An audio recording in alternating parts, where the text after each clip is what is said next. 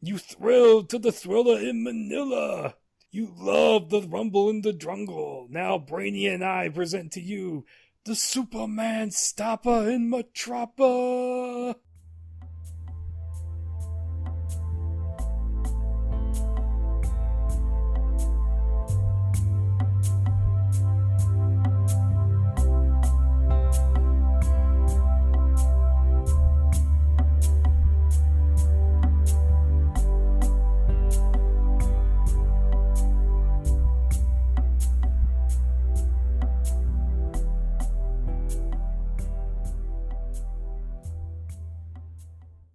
All right, everyone. Hello and welcome to the Screenplay Archaeology podcast. I'm your host, KiramdHead.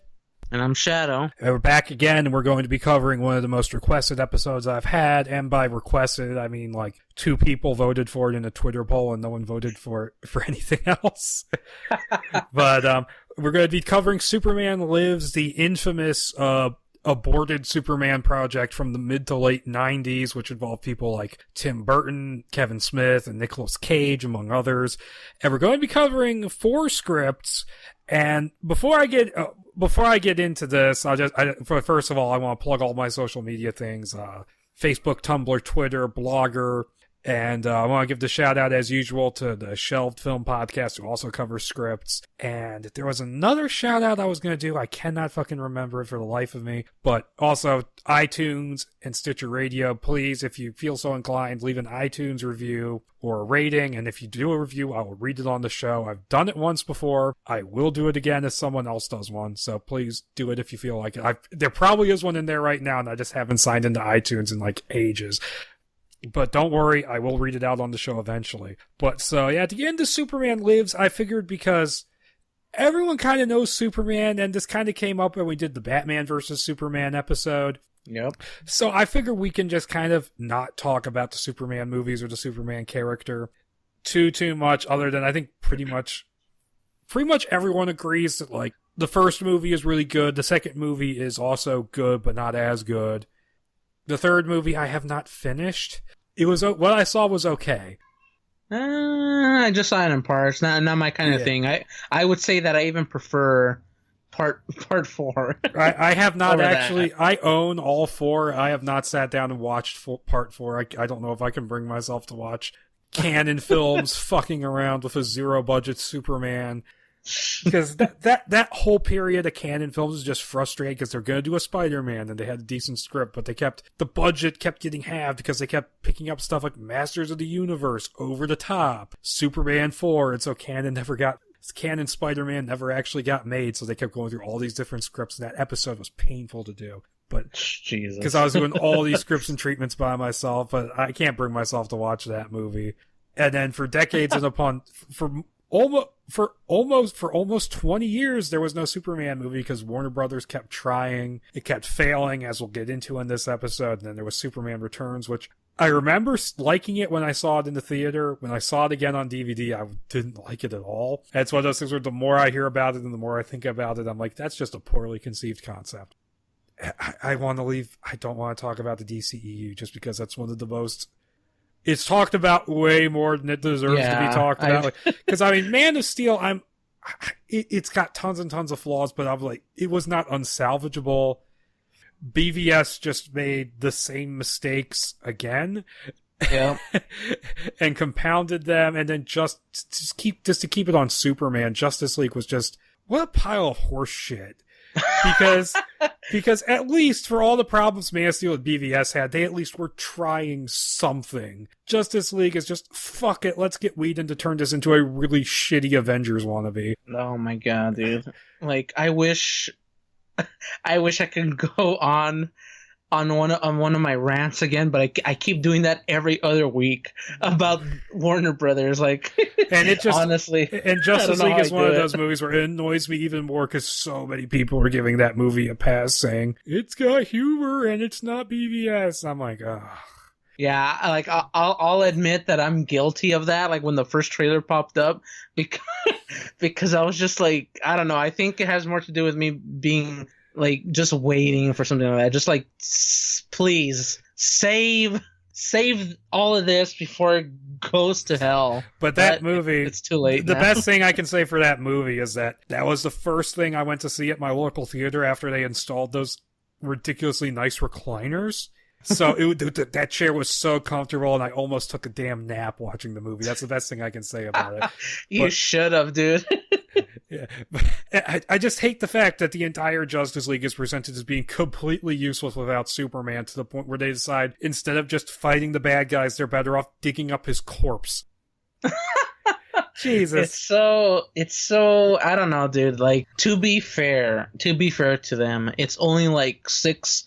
How many is it? Like 5 or 6 of them before Superman shows up again. I want to say it's. I mean, we've seen in the flashbacks how it took the gods and I don't know how many other factions just to like beat them back wherever the fuck it came from. It was the Greek gods, the Amazons, the Atlanteans, regular humans, and one Green Lantern.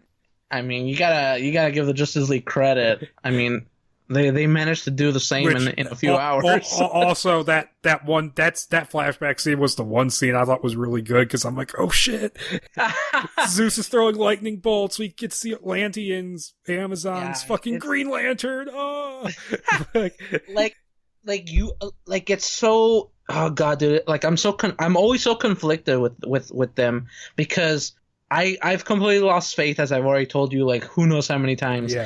But you're like in this conflict within yourself where you're like you want to be excited, but then you're reminded that we're at this moment in time, they are not ready. So anything exciting that they can announce, I cannot get fucking hyped up for. Like I said this last time, I think. If they announce tomorrow that they're doing Batman Beyond with Michael Keaton as Bruce Wayne, I wouldn't give a shit, because I have no faith in Warner Brothers right now to not fuck it up like they've done lately. I'm excited for one movie, and that's Aquaman, because I'm a big Aquaman fan, and no one gives a shit about Aquaman, so Warner Brothers probably isn't going to fuck with it too much. Yep, that's one of the reasons why even I think this is going to be... And they just released this badass poster with, like, Ocean Master, Black Manta, Dolph Lundgren, and the Trench Monsters, and I'm just like, yes, give me this movie. Hell, even today they revealed, like, the freaking seahorses that they ran into battle, and I'm like, fuck yeah, dude. Someone listened to that Grant Morrison clip where he said Aquaman's a badass, he rides a giant seahorse. But to move on, Superman Lives basically is, I can sum up the plots to all 4 of these scripts really quickly right here, because the basic gist of it is Superman. They're all pretty consistent about introducing Superman sort of like as an established hero. Some of them have a Krypton prologue, some of them don't. But it's not really an origin story. Like, you see a little bit of Krypton, but it's mainly just Superman's an established hero. And Brainiac comes to Earth either looking for Superman or looking for, like, this Kryptonian technology that came with him when he came to Earth for varying reasons. Brainiac comes down, he hooks up with Lex Luthor. Why these two need each other is never really clear in any of these drafts. Yeah, it's just like, oh, I'm just in Metropolis. Oh, who's the one in charge? Oh, Lex, I guess, because he offers everybody energy, but it's just like... Yeah, Lex Luthor is only in these drafts because Lex Luthor has to be there, I guess. Yeah. Which, that's one thing I'll give Man of Steel. They didn't throw in Lex Luthor immediately. And I'll say this now, because it's going to be a controversial statement. Some of these Lexes make me look a little bit more fondly on Jesse Eisenberg. A little bit. Yeah, I'll agree, because they, like, every single version of Lex Luthor in these, maybe a little slightly less in Kevin Smith's draft, but in the next 3, they all seem like he's just out of place here. He's really annoying too. Yeah, he just sounds like, I don't know, dude. Like, he's like this weird type of cartoonish kind of like villain, but like a cowardly type of villain. But he just feels out of place here. He doesn't fit. Weird. He's so weird. Like, even in the one draft, turns him into a Captain Planet villain. I'm not even shitting you guys, but we'll get to that. But no, so basically Brainiac comes down. He partners up with Lex Luthor, and so they decide we're gonna kill Superman. In a couple of the drafts, they block out the sun like Mr. Burns. reborns to cut down on Superman's powers. And then they unleash, Brainiac goes into his menagerie, unleashes Doomsday. Doomsday fights Superman, they kill each other. Superman gets resurrected in some way by something connected to Krypton. It's different in each draft. And so he has to wear this special suit to recreate his powers because they haven't come back yet. And so he has to basically save the day from Brainiac. And that's that. And sometimes a giant spider shows up. Yep, so that's it. Now, the background on this project, I'm going to summarize as succinctly as I can, because there's this really great documentary out there you can watch called The Death of Superman Lives: What Happened, which goes into one phase of the project in a lot of detail. It's a really great watch. And I have one criticism, it's that it should have talked about more of the shit we're going to talk about right now, because it almost seems like they deliberately left certain things out to make the movie seem better. Yeah, because as I was reading through these, I was thinking, where the hell is the version of the movie that I was telling you, where I was saying we were robbed of this movie never happening? I couldn't find it in here. The Kevin Smith version came close, and I think the Gilroy version comes close, especially in the version because I condensed this episode down a lot from what it could have been, because there's 3 different Smith drafts. There's only the one Strick, but there's also 2 Gilroy drafts, and so I just cut out the redundant ones and said I talk about the major changes. But the rewritten Gilroy draft is really succinct. It just maybe scales things back a little too much in some places, to the point where it just feels kind of plain, like where's the big spectacle I would come to this movie to see. But yeah, so that version would have been pretty close as well.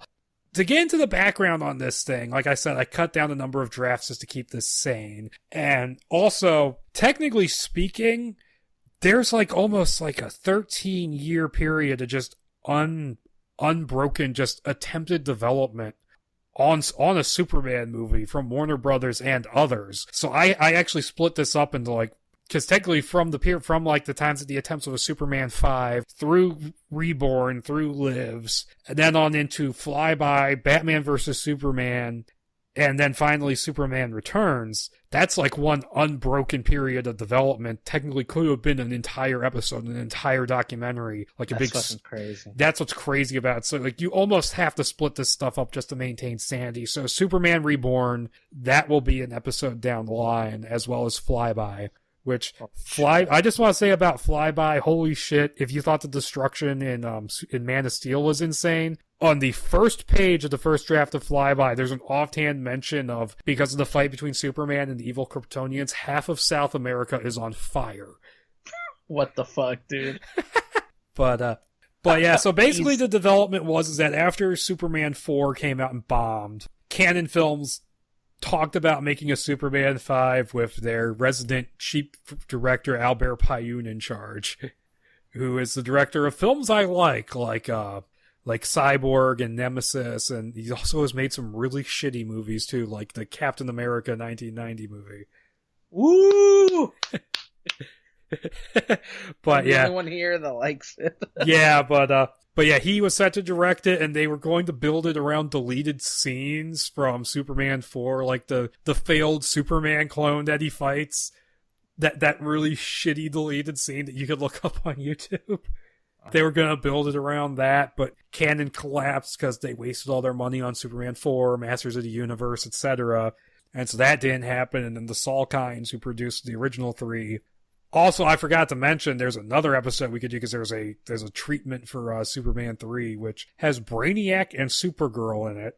Oh my god, more Brainiac. Yeah, I'm tired of Brainiac after reading these scripts. I still want Brainiac in a movie, but holy shit. But no, and the weirdest thing about that treatment is that, they forgot that Supergirl and Superman were cousins, and so they have a love story. Well, to be fair, in the early days, there's even some comic page where Soups is telling Supergirl, but in some places on Earth, cousins can bang or something. So I mean, it's back when he was in line. That's back when he was Super Dick, right? Pretty much. Yeah. Well, yeah, so that's a whole, and apparently Brainiac has a thing for Supergirl and that, even though he raised her from a child or some shit. Oh shit, dude. Some fucking grooming, man. No. But he could be played by Kevin. Oh wait, she's not a boy, so it couldn't be Kevin Spacey. But okay, but so the Salkinds got the rights back to Superman. They started working on a Superman 5, which would have been called Superman the New Movie or Superman Reborn, which I have a draft of, and that also had Brainiac. It had Kandor in it. Jesus. Hey, Kandor, finally. And there was this whole thing about, they kind of did a Death of Superman thing as well, but this was before the comics. Like, he dies fighting Brainiac, but gets saved at the last minute by the citizens of Kandor. And, like, Metropolis gets put in, like, a bottle and stuff like that. That could be an interesting one to talk about. Fuck yeah, dude. That's exactly what I wanted out of all of these. Yeah, but that would be interesting to read. And they got like a comic book writer too to write it. Carrie Bates, who wrote Superman in like the 70s, I think. So that could be an interesting one to read down the line.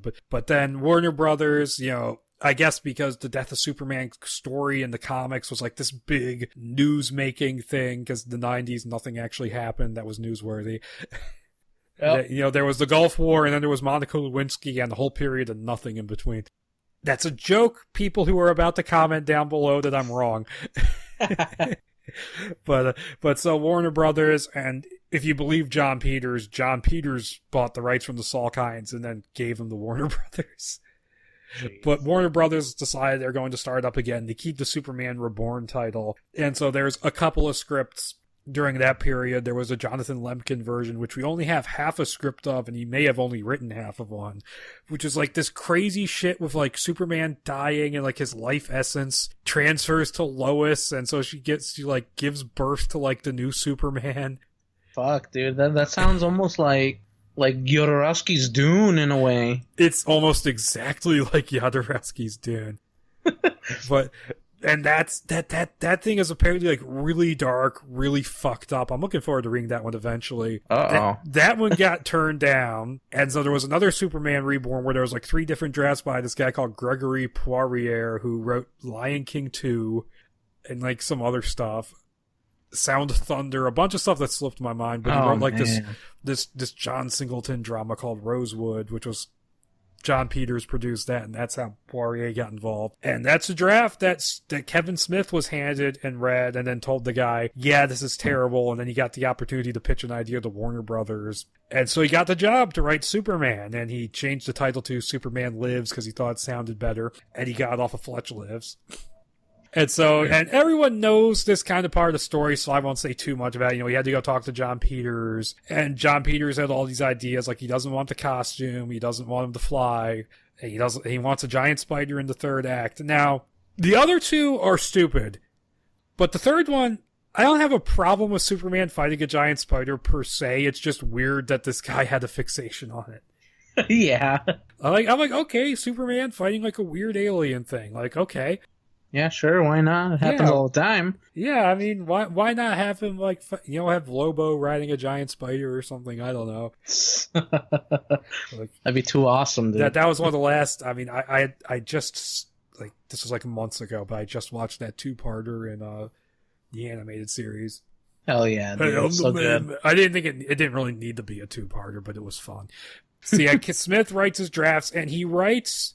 He remembers his writing 2 drafts, but he wrote 3, 2 of which are dated a day apart and are barely any different. And he did this one from March 27th, 1997, which is the one we're going to be talking about. But I just want to go into what the big difference was from the very beginning, is that the earlier drafts open with a prologue on Krypton, which he does in Flash. He basically does that scene in flashback in the middle of the script, which I think is a better way to do it. But, like, the thing that really stood out to me about that prologue on Krypton is that 2 of the Kryptonian Science Council members are named Dante and Randall. Oh, God. After the Clerks characters. And I'm a big Kevin Smith fan. I love Clerks, but that's just a little... Okay. He always does that anyway. Which is pretty funny. But thankfully Dante does not say, I'm not supposed to be here today, right as Krypton explodes. But, okay, so the script starts... We're doing the March 27th, 1997 draft just to, like I said, just to streamline this episode and make it more bearable to do all the reading for. It starts with, there's an alien ship, it's moving through an asteroid field, and I believe it says it's tracking a signal. And it's moving.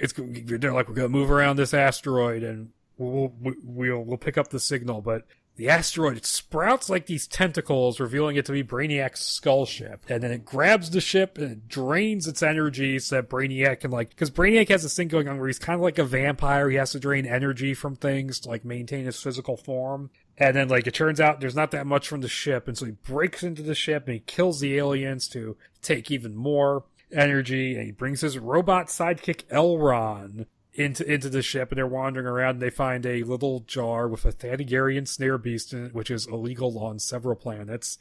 That's the giant spider. Woo! And Smith called it the Thanagarian snare beast because the people at Warner Brothers were like, don't call it a spider, because they were exasperated with John Peters and his spider thing. And so he called it Thanagarian snare beast after, Hawkman's home planet of Thanagar, and I'm like, of all the things you could tie into Superman, the most confusing DC character in all of existence, who even the streamlined version on Legends of Tomorrow had me confused. But it's like, okay, whatever. It's a cool sort of universe building reference.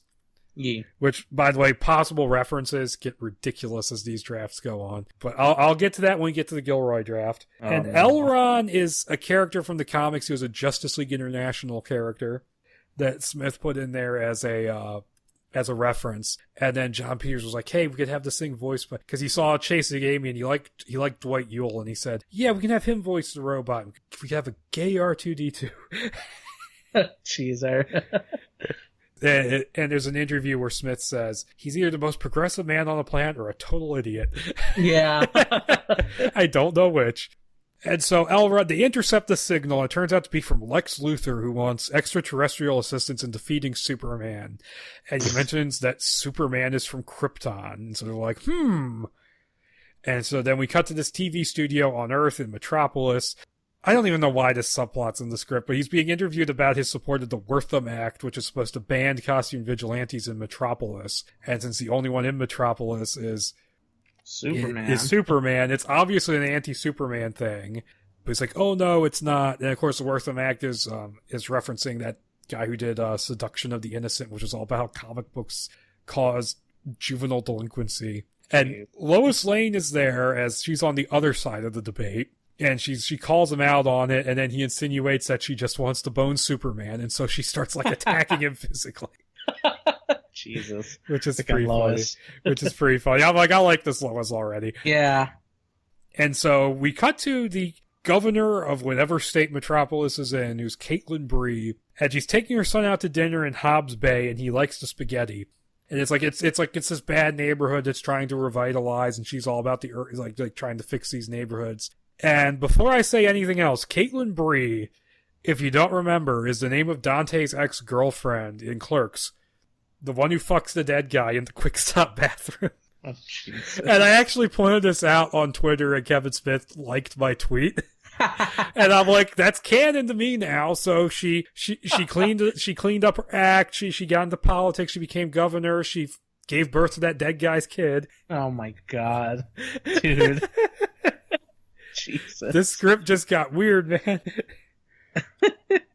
And I love how they ask her, do you really think this place can come back from being such a horrible fucking looking place with all this shit going on? She's like, of course, right? And then the giant fucking building just explodes as soon as she says that. Yeah. And it's Hobbs Bay, which is a Superman thing, and I remember it showed up in the animated series.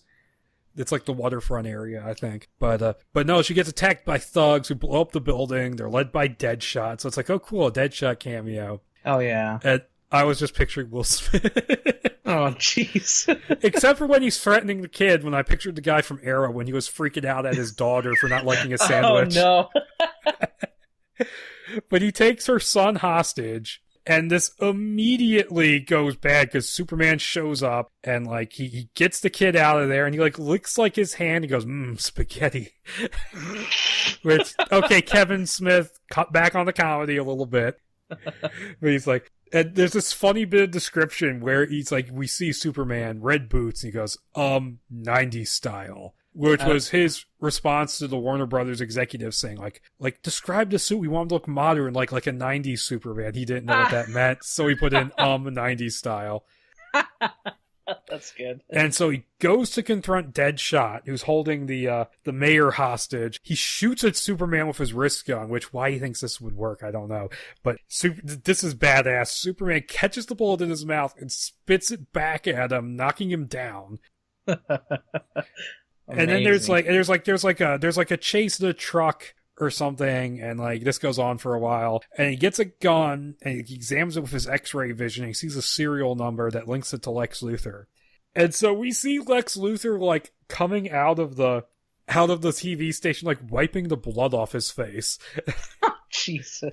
And like he's talking to his bodyguard Misty, who I guess is meant to be kind of like Mercy, and they're only she's not a cyborg. Yeah. And she just disappears from this script. Oh no, she does. She kind of comes and goes from the script. Yeah. But they're also lovers or something that's offhandedly mentioned. And so they're in the limo and he's talking about like, I want a restraining order on this woman or something like that. And so they get to the LexCorp building. I guess she goes up in the elevator first, then he goes up, and I think it's like an elevator on the outside of the building. It's Superman like punches his way into the elevator, pulls him out, and like drags him all the way to the top of the elevator at high speed because like Luthor because we find out like his X-ray vision like made like the serial number melt, so there was no proof. And I'm like, okay, that's kind of smart. I like that. He's like, you know what? Maybe I should serve as judge, jury, and executioner. Drags him up, almost pushes his head into a spike like he's Emilio Estevez in Mission Impossible. But he goes, nah, and just sets him down. Jesus. Which is pretty funny. That was not very Superman there. Yeah, totally. But it reminds me of a scene in... There's multiple things in this script that remind me of Mark Waid's Birthright, which makes me think he read this. Because there's a scene that kind of reminds me of that. It's not the same scene, but it's similar in idea, where there's the school shooting, and then he goes to like the gun store that sold it to the underage kid, and he fires a gun at the guy and then catches it out of the air before it can hit him and just scares the shit out of him. And I'm like, Jesus. Like if Batman had superpowers. Oh God, he'd fucking do that all day. But I'm like, well, not really. He wouldn't shoot a gun. Yeah, but it's like, oh yeah, he wouldn't shoot a gun. But if Red Hood had Red Hood kills people. Shit. Who's a hero? Who's a hero who uses guns and doesn't kill people? I don't know. B.A. Baracus. But yeah, it's a weird little scene, but it kind of gets the idea. It makes him the edgy 90s Superman. Now, here comes one of the really great scenes in the script where Lois is working late at the Daily Planet. She's all alone in the office, and Superman comes in, and they're bantering like you would expect like a typical sort of Superman and Lois scene to go. Like something like you would see at like the Donner movies or whatnot. And then the reveal happens. She knows exactly who she is. Who she is? Of course she knows who she is. She is. She knows that he's Clark, and they've apparently been kind of together for a little while. And I'm like, that's a really well written scene, I think. Yeah, that was neat. I like the dialogue. I like how he plays with expectations now. And I like the idea of a Lois who knows Superman's identity, which is another thing I give to Man of Steel, even though that movie didn't do anything with it. But I mean, I just get tired of the will they won't they bullshit. And I like the fact that he just played with audience expectations and just cut through the nonsense, through the red tape.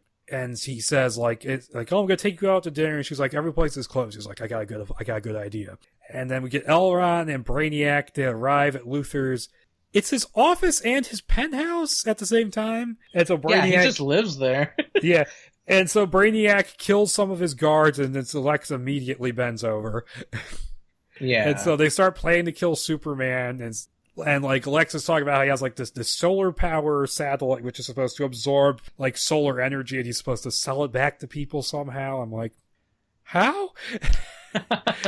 Like it gets even weirder with Lex, who becomes like the energy guy in like every script after this. It just gets strange. And so very quickly they like send up like something that modifies the satellite to make it into the Shadowcaster, which is supposed to start cutting off the sun. And he does this thing where it's like, I like how Lex handles this, where he's very smart, and he turns the tables on Brainiac a little bit, and he programs he sneaks this thing in there that will scan Brainiac's systems and his makeup, so he can like learn all about him and like find his weaknesses. Which it takes forever for that to come into play. It's a cool idea. Yeah, I think this is one of the only few times where Lex isn't played like just like an idiot, you know? Like this is the only time where in any of these scripts where he's actually, smart about what he's doing, even though he's bending over backwards for Brainiac. He's still like, you know what? I'm not gonna fucking go down like without being a sneaky fuck.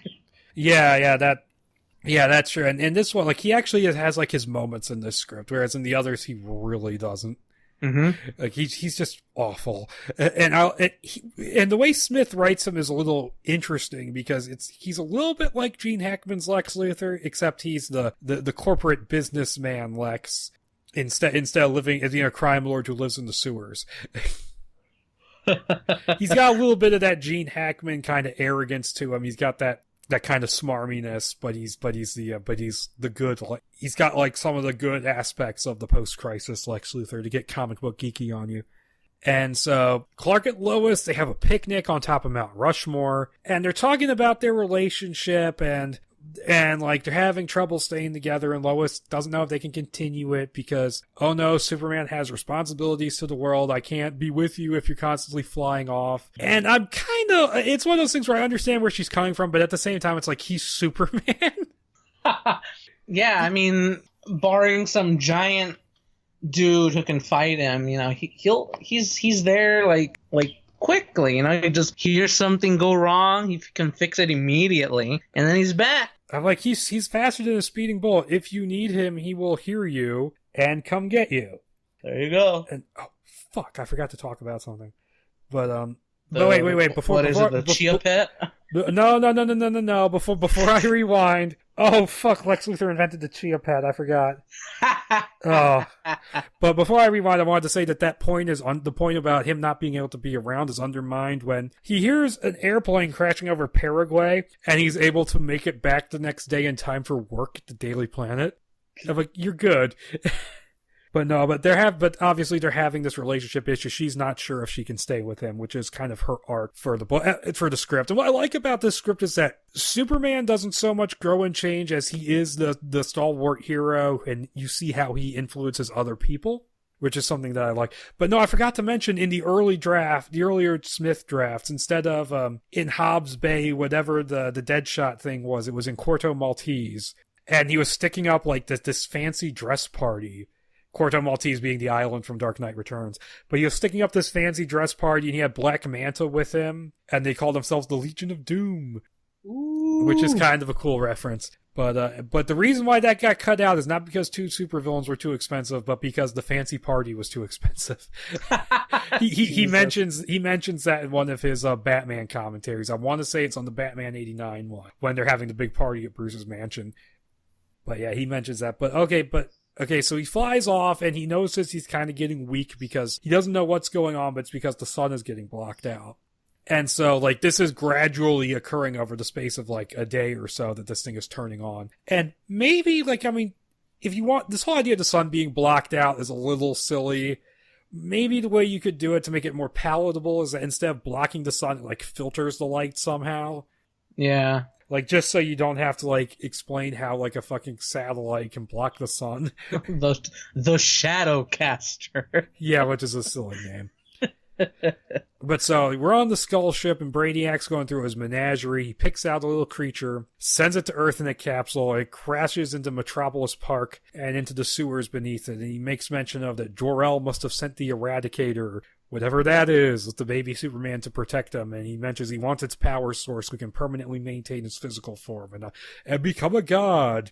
And I'm like, if Brainiac wasn't such an evil bastard and, like, wanted to conquer everything, I'd be like, let him maintain his physical form. I kind of understand where he's coming from. Fuck that. But the way this is written, like, you can't, because he's such a ham. Yeah, it's just how he's written, man. All of them. But so Clark and Lois are at the Daily Planet to get word of whatever's crashed into the park, and so Clark rushes off as Superman. I believe it's written that, like, he like runs up the stairs and, like, blurs into his Superman costume, and that's part of the way Smith got around the not wanting to see Superman fly thing, is that whenever he flies, he's just like this big red and blue blur, like in Dark Knight Returns, which is a really cool idea, I think, visually. Yeah. And also, isn't that what Superman was for, like, most of Smallville, a big blur? Yeah, because he just, he would just run around, and then that would actually be what they would call him, the Blur, for I don't know how many seasons. That's so silly, but but I actually, even though it's born from having to deal with a silly request because a guy thought Superman's costume looked faggy. Yeah, his words, not mine. Yep. It's a really visually interesting workaround. The only thing that you can do. And so the creature has now grown into Doomsday and pulls him into the sewers. And Doomsday is described as looking pretty much like Doomsday here. He's gray, he's got bone spurs and stuff. And so they're fighting in the sewers. There's this big cat. It's a pretty good fight, actually. Like, Superman's getting dragged through the muck and stuff like that. And while this is going on, like, and also the Shadowcaster actually finishes blocking out the sun. And then Lex, who does the thing from Superman 1 with the frequency only Superman can hear, he gloats about being involved. Which is kind of stupid, but, like, Superman can't really prove that, so. Yeah, plus, Lex just has a huge-ass ego.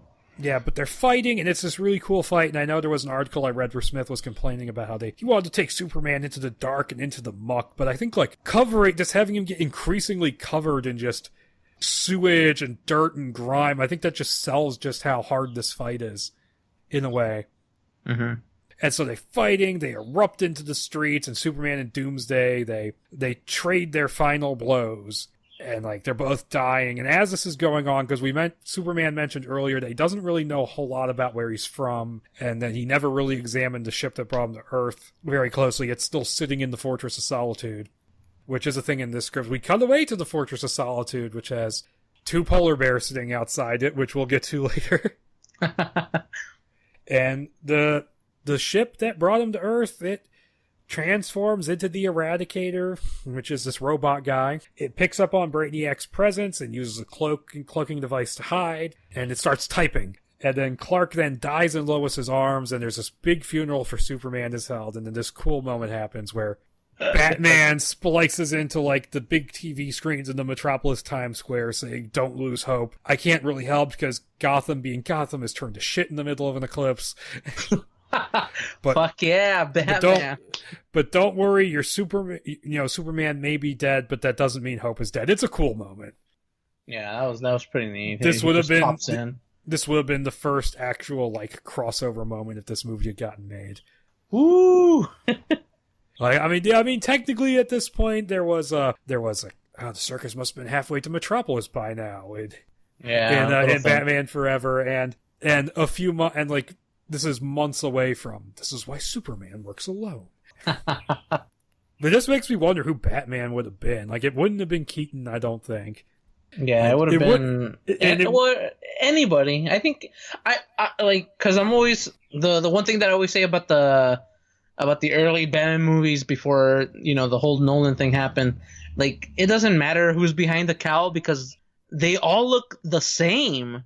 Like, honestly, Keaton, Val, and even George Clooney, like, when they're wearing the cowl and everything, you just can't tell. Well, it might have been, if this version got made, it might have been Clooney because nobody wanted Val Kilmer back because he was apparently a huge asshole on the set of Forever. Shit. Like, he was, like, I mean, like, the fame, like, all that money he got from Tombstone just went straight to his head. Oh my god! Like, he was a dick on Batman Forever. He was a dick on Island of Dr. Moreau, and that movie helped kill his career. No. Although he's one of the only reasons to watch that movie because he's just delightfully insane in it. But so during the funeral, after Batman is fucked off, Brainiac on his space skiff, him with Lex, they arrive at the funeral and they claim that Superman was a herald of Brainiacs. He had been sent there to prepare them for alien contact. And then they also say Doomsday was an envoy of an alien race looking to invade Earth. And then Brainiac just pushes a button and says, "Oh, there's your armada floating over Earth." And he says, "Blocking the sun keeps them from being detected by the aliens." Okay, first question. If the aliens don't know where Earth is, how could they send Doomsday? No one asks. Second, it should be pretty clear that Lex and Superman don't like each other, right? Like, I mean, that would kind of be a known fact. But how would we know? Lex did just say that he was always working in secret with Superman. Which Lois should have just called that bullshit out immediately. But it's like, and obviously there's not really an alien fleet out there. When we find out later, it's like a holographic projector, which takes me back once again to Mark Waid's Birthright, where Lex's plan involves a fake Kryptonian invasion, partially using guys in suits who somehow get superpowers, partially using holograms, and one of the holograms is a giant goddamn spider monster. Oh my god. Which, that's a great comic, that's one of my favorite Superman origins, but that whole thing is a little shaky there, and it's a little shaky here, and the idea of Brainiac presenting himself as a good guy is interesting. I'm not sure if anybody would buy this big green robot dude as a good guy. It's just so weird. Like, that's like one of the first few things where it just felt off. Like, Brainiac? Like, why the fuck why would he even bother with this ruse? Like, who cares? Yeah, what? I don't get it. Like, he doesn't really need the ruse. Like, he can just do whatever he's gonna do. Yeah, he could do whatever the fuck he wants, but he just sticks around. Well, it's because he reveals himself because he wants to. He needs help finding the Eradicator. That's why. Oh, right, yeah. But I don't think we didn't need. I'm still not sure how the giant holographic armada works, especially since the projector is on top of LexCorp. Wouldn't people notice that? I mean, people are kind of dumb in this universe. I mean, in ours as well, but you know. And so the Eradicator, who's been typing for a while, he uses the technology in the fortress to teleport Superman's body there. And then we cut to like a dream sequence where Superman, he's having a vision of his parents in Krypton, and he learns that they created the Eradicator and they were using it to like dive into the core of the Earth to study it. And so they discovered that something was draining its energy and that the planet was going to be destroyed. And it was caused by Brainiac, who was an off-world AI that the Science Council turned on because they figured why not. And so it was draining the planet of its energy in order to form a body, but it needed the Eradicator's technology to complete the process. And we see it like trying to drain the Eradicator, and that's how he partially forms a body. But then the planet's just like a piece of debris just lands on like whatever thing it's using to like connect to the Eradicator, and so it gets interrupted. And so that's where that ends. And so that's an interesting take on the backstory. Mm-hmm. And so Superman, he awakens in a resuscitation bath in the fortress, and the Eradicator explains like, oh, that was like a secret memory that like Jor-El put in your brain or something. And he's like, he transformed into the rocket that helped baby Kal-El escape, and he was programmed to assist Superman if his vital signs ever drop to a certain level. And he says, as long as I'm here and still functioning, you can't die. And I'm like, maybe you should have helped him when he was in the middle of the fight against the giant bony monster. Asshole. And also, he could only form objects of a certain size, so that was why Jor-El and Lara couldn't escape as well. And oh, by the way, for comic book fans that out there who haven't read this, Brainiac is said to be from his original home planet of Kolu? Yeah. However it's pronounced. He says he's a Koluan computer at one point, which just makes me think if he's made of Kolua. But I mean, okay, so is that how I've not read The Return of Superman. I've only ever read The Death. Is that how he comes back? Did some Kryptonian robot stick him in a bath and go, hey, you're fine? I haven't read it either, but I think it sort of happens that way. I do know that he like stays in the fortress, and that's where his body is like, you know, regenerating. I do think it's like a little robot or something. Yeah. But it's been a while. But I mean, I know there's like the whole 4 fake Supermen that this script doesn't do. Yeah, not at all. No way. I actually ordered all 3 parts of that storyline like last night, so I will be reading that relatively soon. Cool. Just to see what it's like. I know it has something to do with like there's like a fake Superman is actually a robot and he's wearing rave glasses. Yeah, that's the Eradicator. Something about a healing coma, and he wears like a black suit when he comes back. Yep. And Hank Henshaw is an emo whiny bitch, and then Jesus. Coast City gets destroyed, and that's where the whole Parallax thing comes from, but blah blah blah. That's all I really know. Yeah, Steel shows up, and I guess Superboy. Oh boy, hey, Steel. It's ironic they were working on a Death of Superman movie around the same time Steel was going to come out. We were robbed yet again. Freaking Shaq could have come in and be like, I'm Superman now. Well, there's a moment for that in one of the later drafts, I'll point out. Oh shit, fuck yeah. But so, Eradicator is like, okay, Superman, like, I'm programmed to protect you. Let's leave Earth and leave all these puny humans behind. And Superman's like, like, no, I'm not going to do it. And he tries to fly off and it doesn't work. He's like, oh yeah, by the way, you're dead. And with the sun blocked out, you can't regenerate your powers. There's such a dumb line with the Eradicator where he's just like, I just don't understand that, boy. And I do like the Eradicator's arc in this, where Superman kind of like inspires him and shows him the meaning of heroism, but there's some silly bits along the way.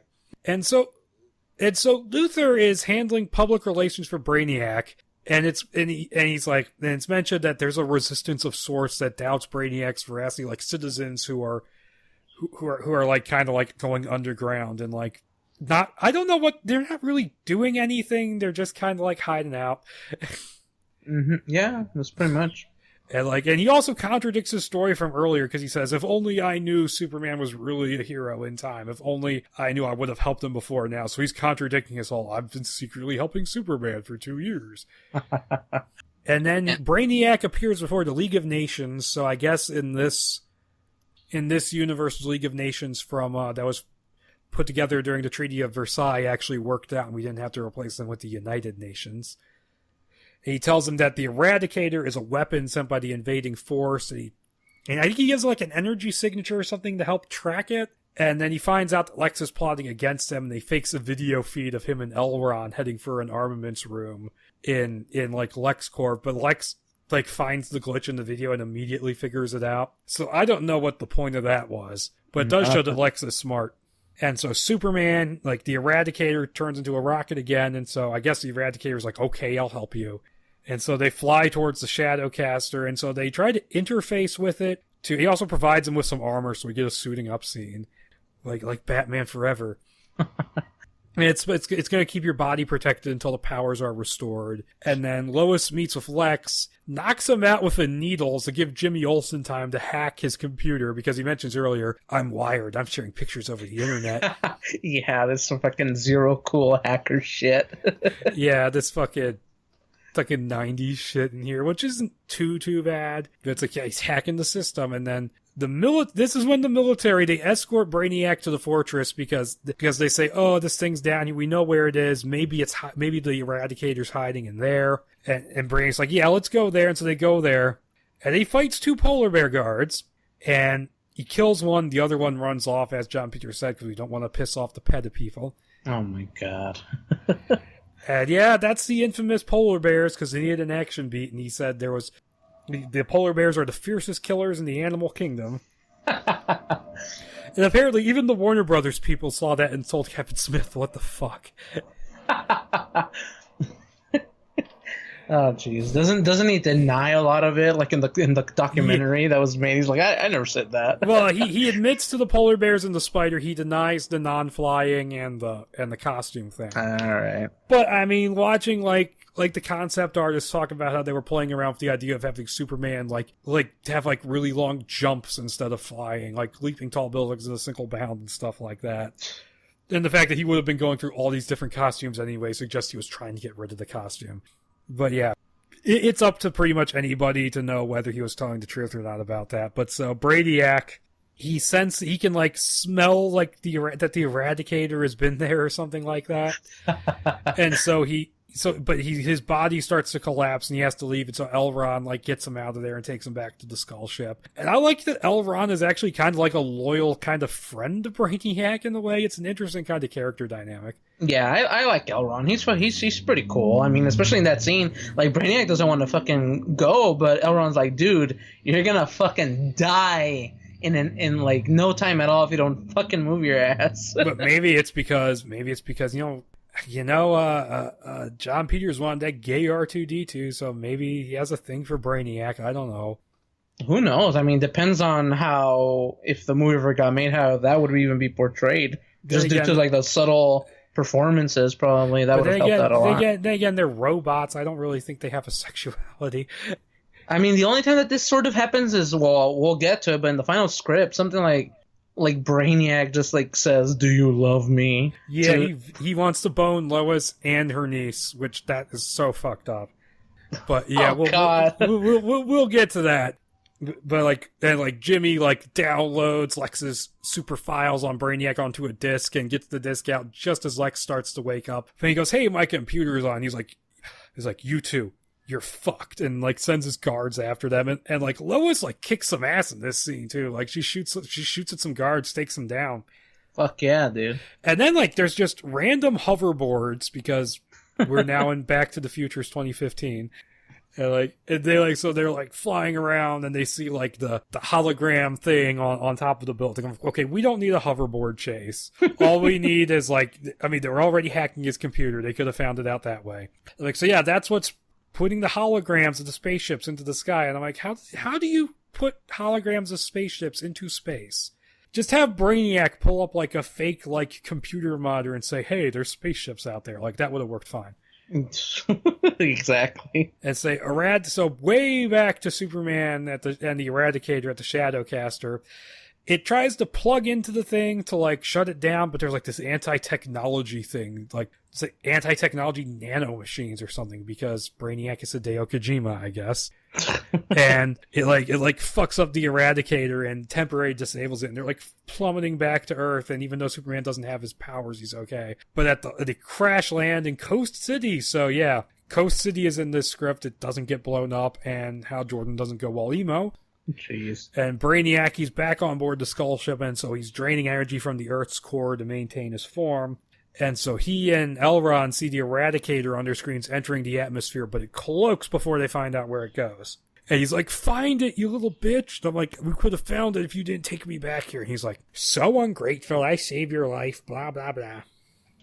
Seriously, Elron is so sassy. He is fun. Yeah.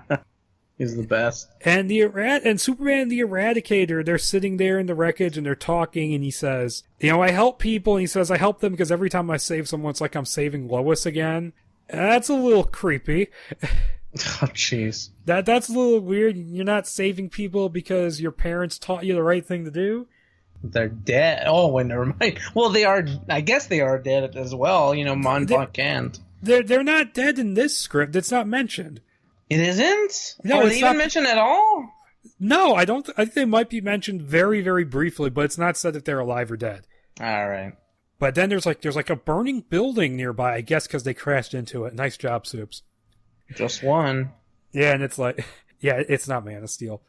Or Superman Flyby, for that matter, but they're like, so it's like he's going into the burning building to try to save people, but it's hard for him because his powers are gone, so he's being affected by like the smoke and stuff. But he still wants to go in there and help them because he's Superman. This is such a Superman moment. I like it. And then Eradicator is just like, "Okay, I'm gonna form a new suit around you," and it's like I can help you like recreate your powers to an extent. He goes like, "Why didn't you tell me this before?" He's like, "You didn't ask." Jesus. Which is. I swear I've seen that joke in like a million movies. Yeah. Yeah. It's like, and so they go in and then they save all the people. Like, I like that scene. I like seeing Superman be like a cool, heroic figure even when he doesn't have powers, because that's what he would do, I think. Mm-hmm. Exactly. That's the kind of person he is. If he wasn't a superhero, he would be like a firefighter or something. That's just who he is. And so now he's got the robot suit, so we can sell more toys, which gets even more toyetic in the succeeding drafts. And so they fly for Metropolis, and because of the power drain, which for someone who has a perpetual battery, it sure drains the power a lot.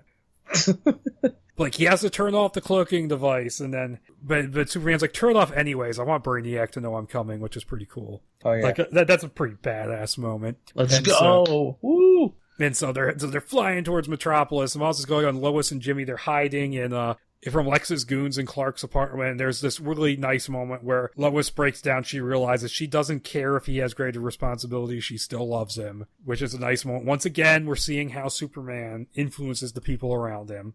Oh, yeah.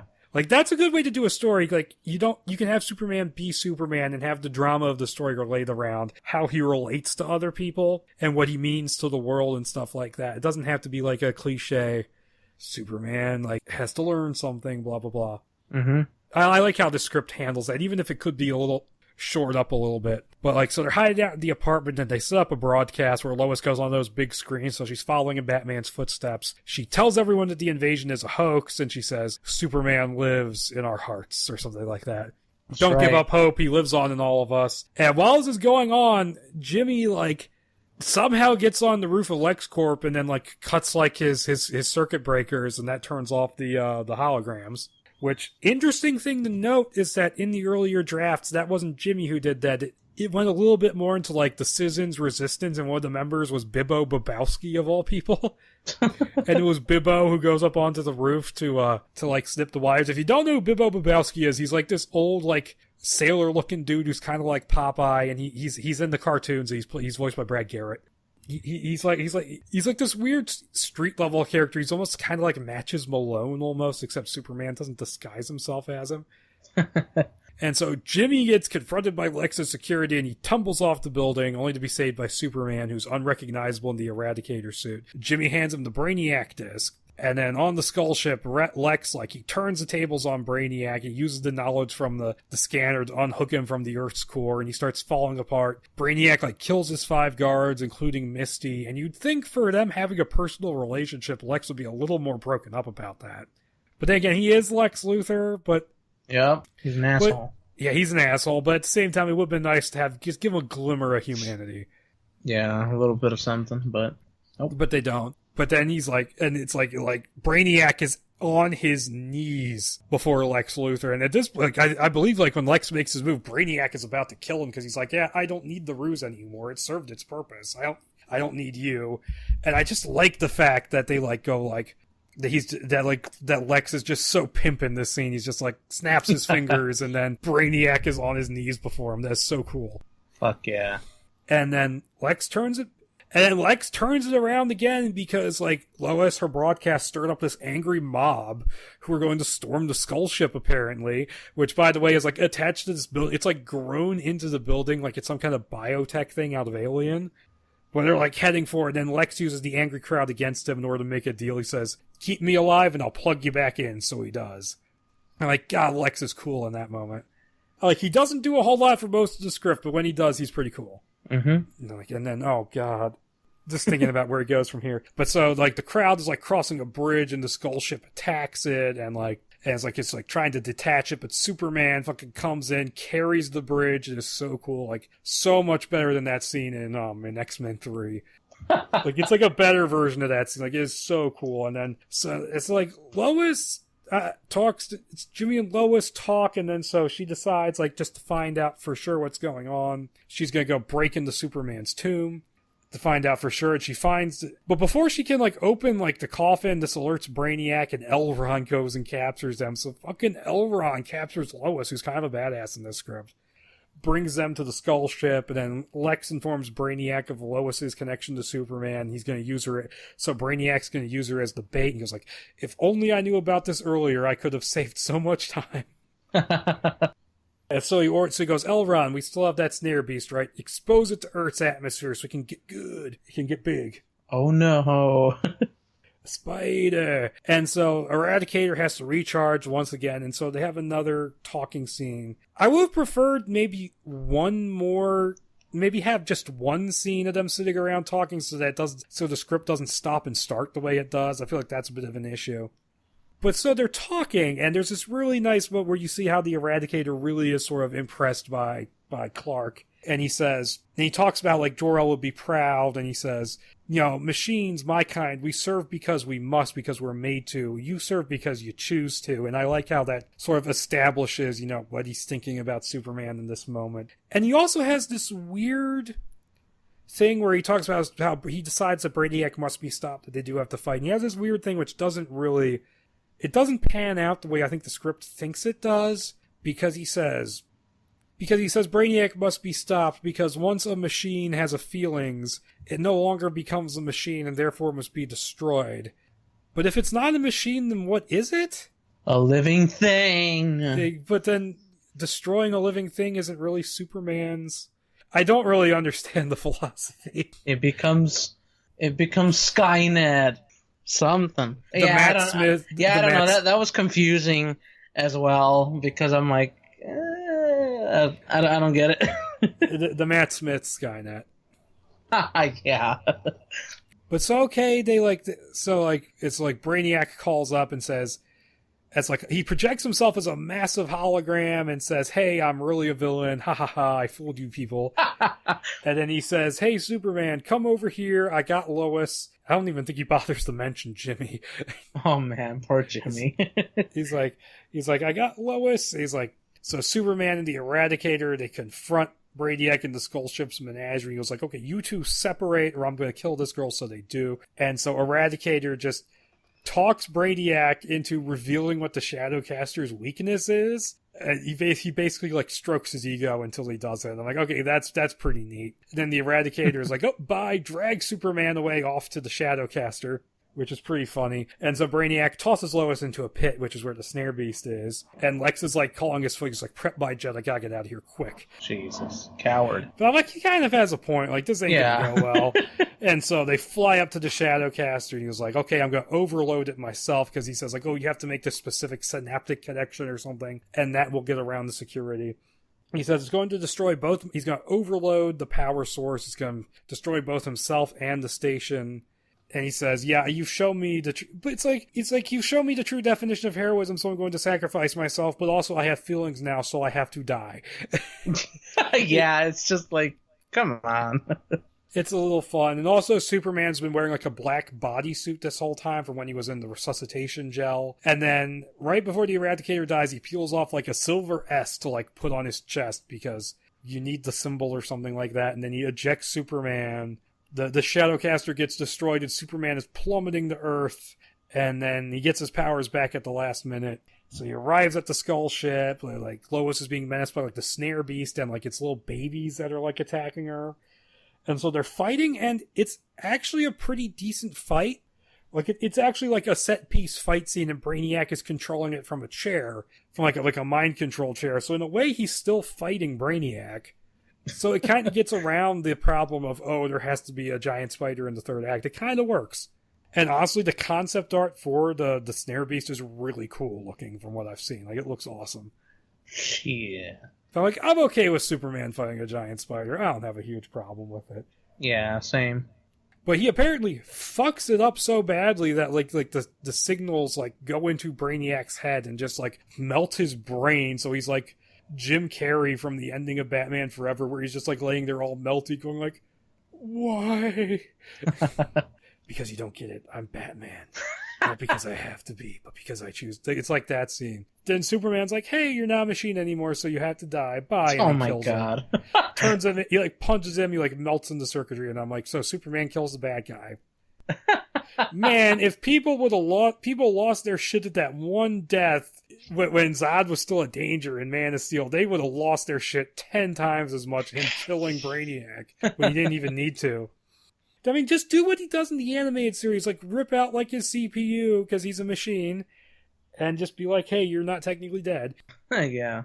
And so Clark, he reunites with Lois, and they decide to stay together. Oh yeah, he flies out into space and tosses the rest of the Shadowcaster into the sun, and sees Parallax from the Green Lantern movie and goes, "Hey, what's up?" And so it ends on Elron. He retrieves Brainiac's circuitry, and he looks at the fourth wall and goes, "Yeah, I'm a glutton for punishment." Overall, this script, we may have made fun of it a little bit, and I may have had my criticisms, but it would have been a pretty decent Superman movie. Like, it would have been like a fun little movie to watch. It would have had a decent characterization for Superman. It would have been a fun action movie. I think Smith did a good job. What this needed really was just like get a little bit more of a disciplined writer in there to just script doctor this thing into something less unwieldy. And just sort of smooth out all the issues. Get someone who just leave the core of what Smith is doing alone. Like, leave his dialogue in place mostly. And just sort of shore it up a bit. That's what it needed. Yeah, pretty much. Yeah. I mean, this was a fun read, I'm not gonna lie. Yeah, it's got its flaws, but I enjoy it. I think Smith was on the right track. He really gets Superman, which I think is a good thing for this script. Mm-hmm. And so what happened is that, like, interestingly enough, like, some of the casting was going on before, like, even, like, the director was signed on. Like Peters was in charge of, like, casting, and there's, like, casting sheets. I sent some to you over Facebook. And, like, they're dated from before this script. Like, the one for Lois is the one for Jimmy Olsen. I'm not sure because it's showing, like a continued from, like, a secondary page, but I'm going to look at them right now. The lowest cast list is dated March 5th, 1997, and considering Sandra Bullock, maybe? I don't know if she has the edge to her that this lowest kind of needs. Nah. Mira Sorvino, maybe. I would say no. Julia Roberts, no. No. Elizabeth Shue.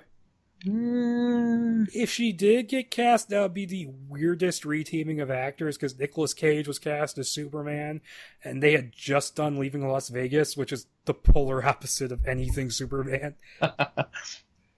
Jennifer Aniston, no. I would say it would kind of work.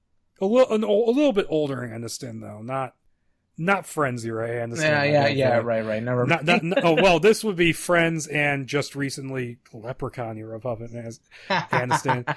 Bridget Fonda, maybe. I don't know. Gwyneth Paltrow, I don't know. Probably. Cameron Diaz.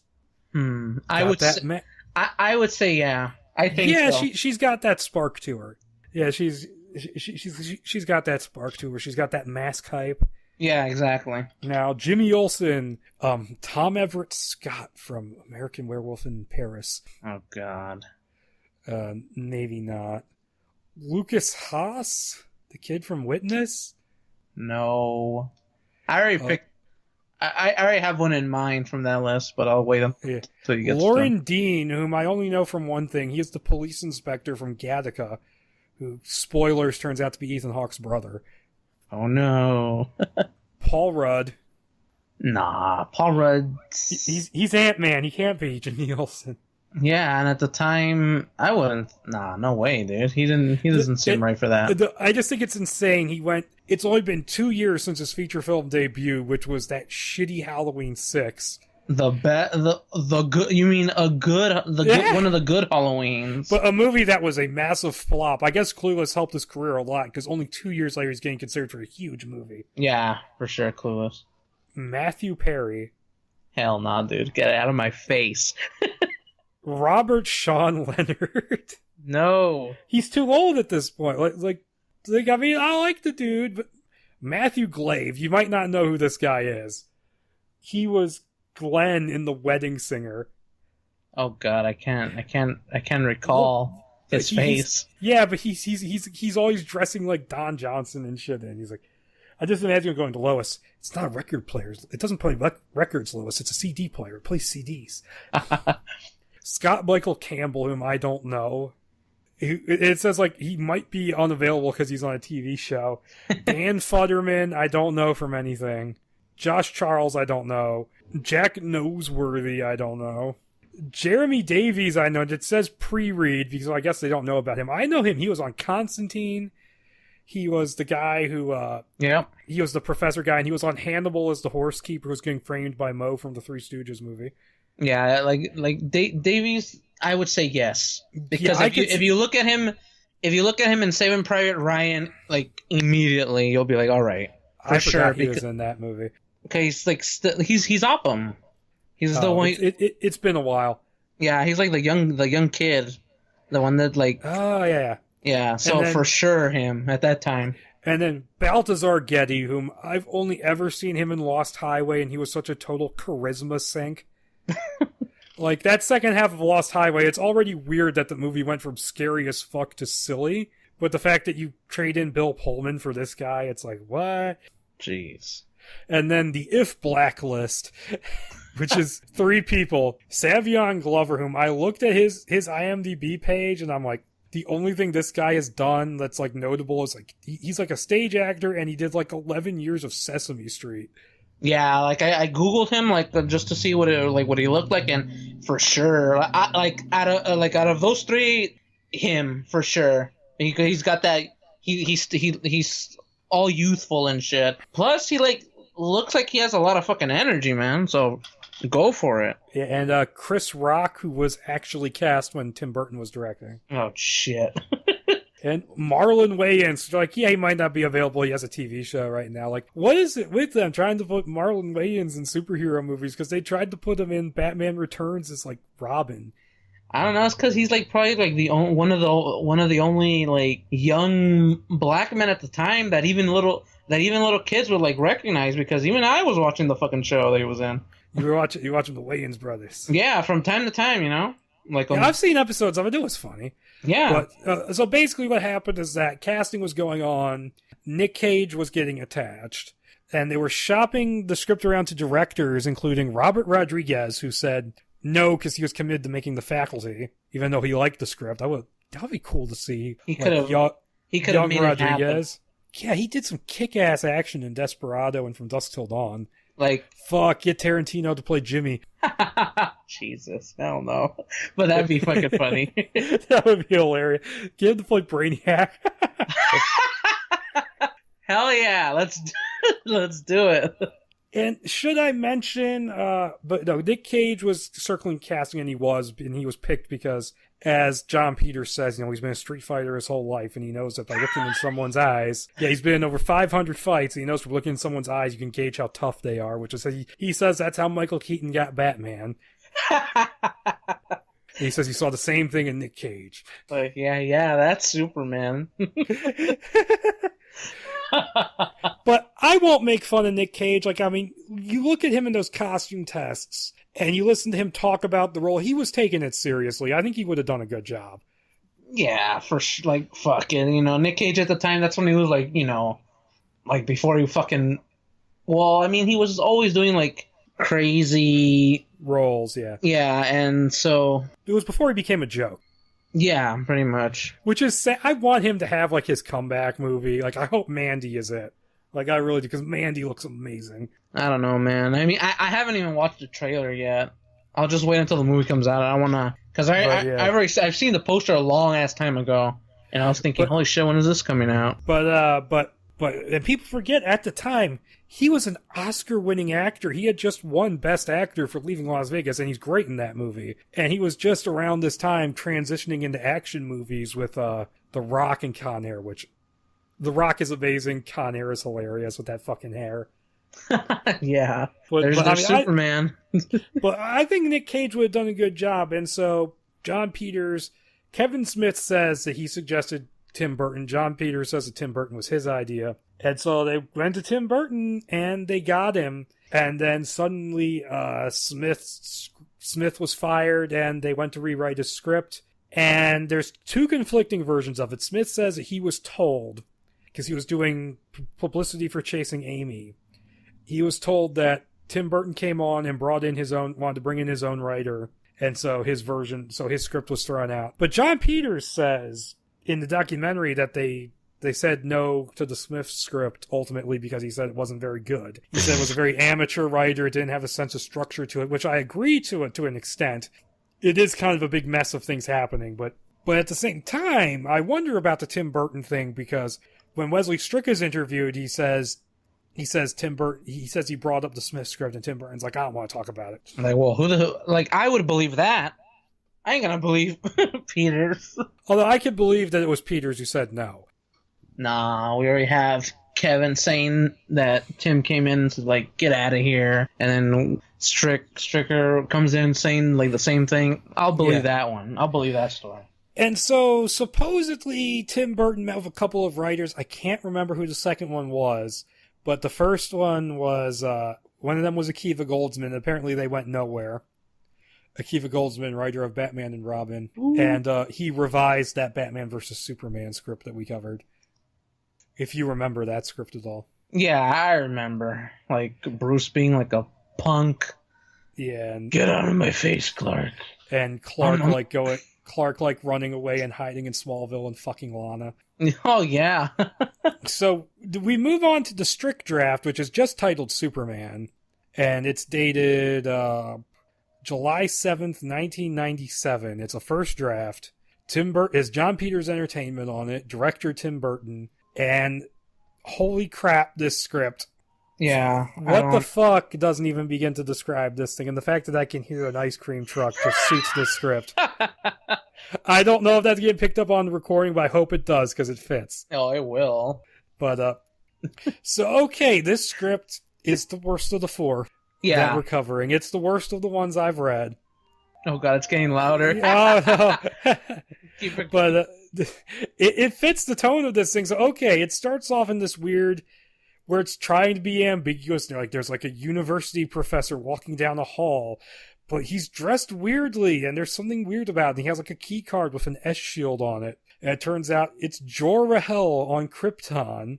He goes into his lab and he finds out this invention, which is an AI called the IAC. Intelligence Artificial Cybernetic, because it has to be backwards for this stupid fucking joke they're about to do. He shut it down because its power needs are untenable, but it switched itself back on. And it's calling itself Brainiac. It says IAC. It wasn't enough, so it added brain to it because his is so big. And he goes, okay, and Jor-El's like, okay, IAC brain.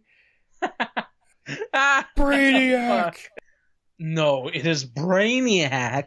And Brainiac in this scene, he's a round little... It's like a glass ball with like a hologram head inside it on top of a black cone, which is based off of a Tim Burton sketch, which honestly I don't mind the idea of it being like just a head at first.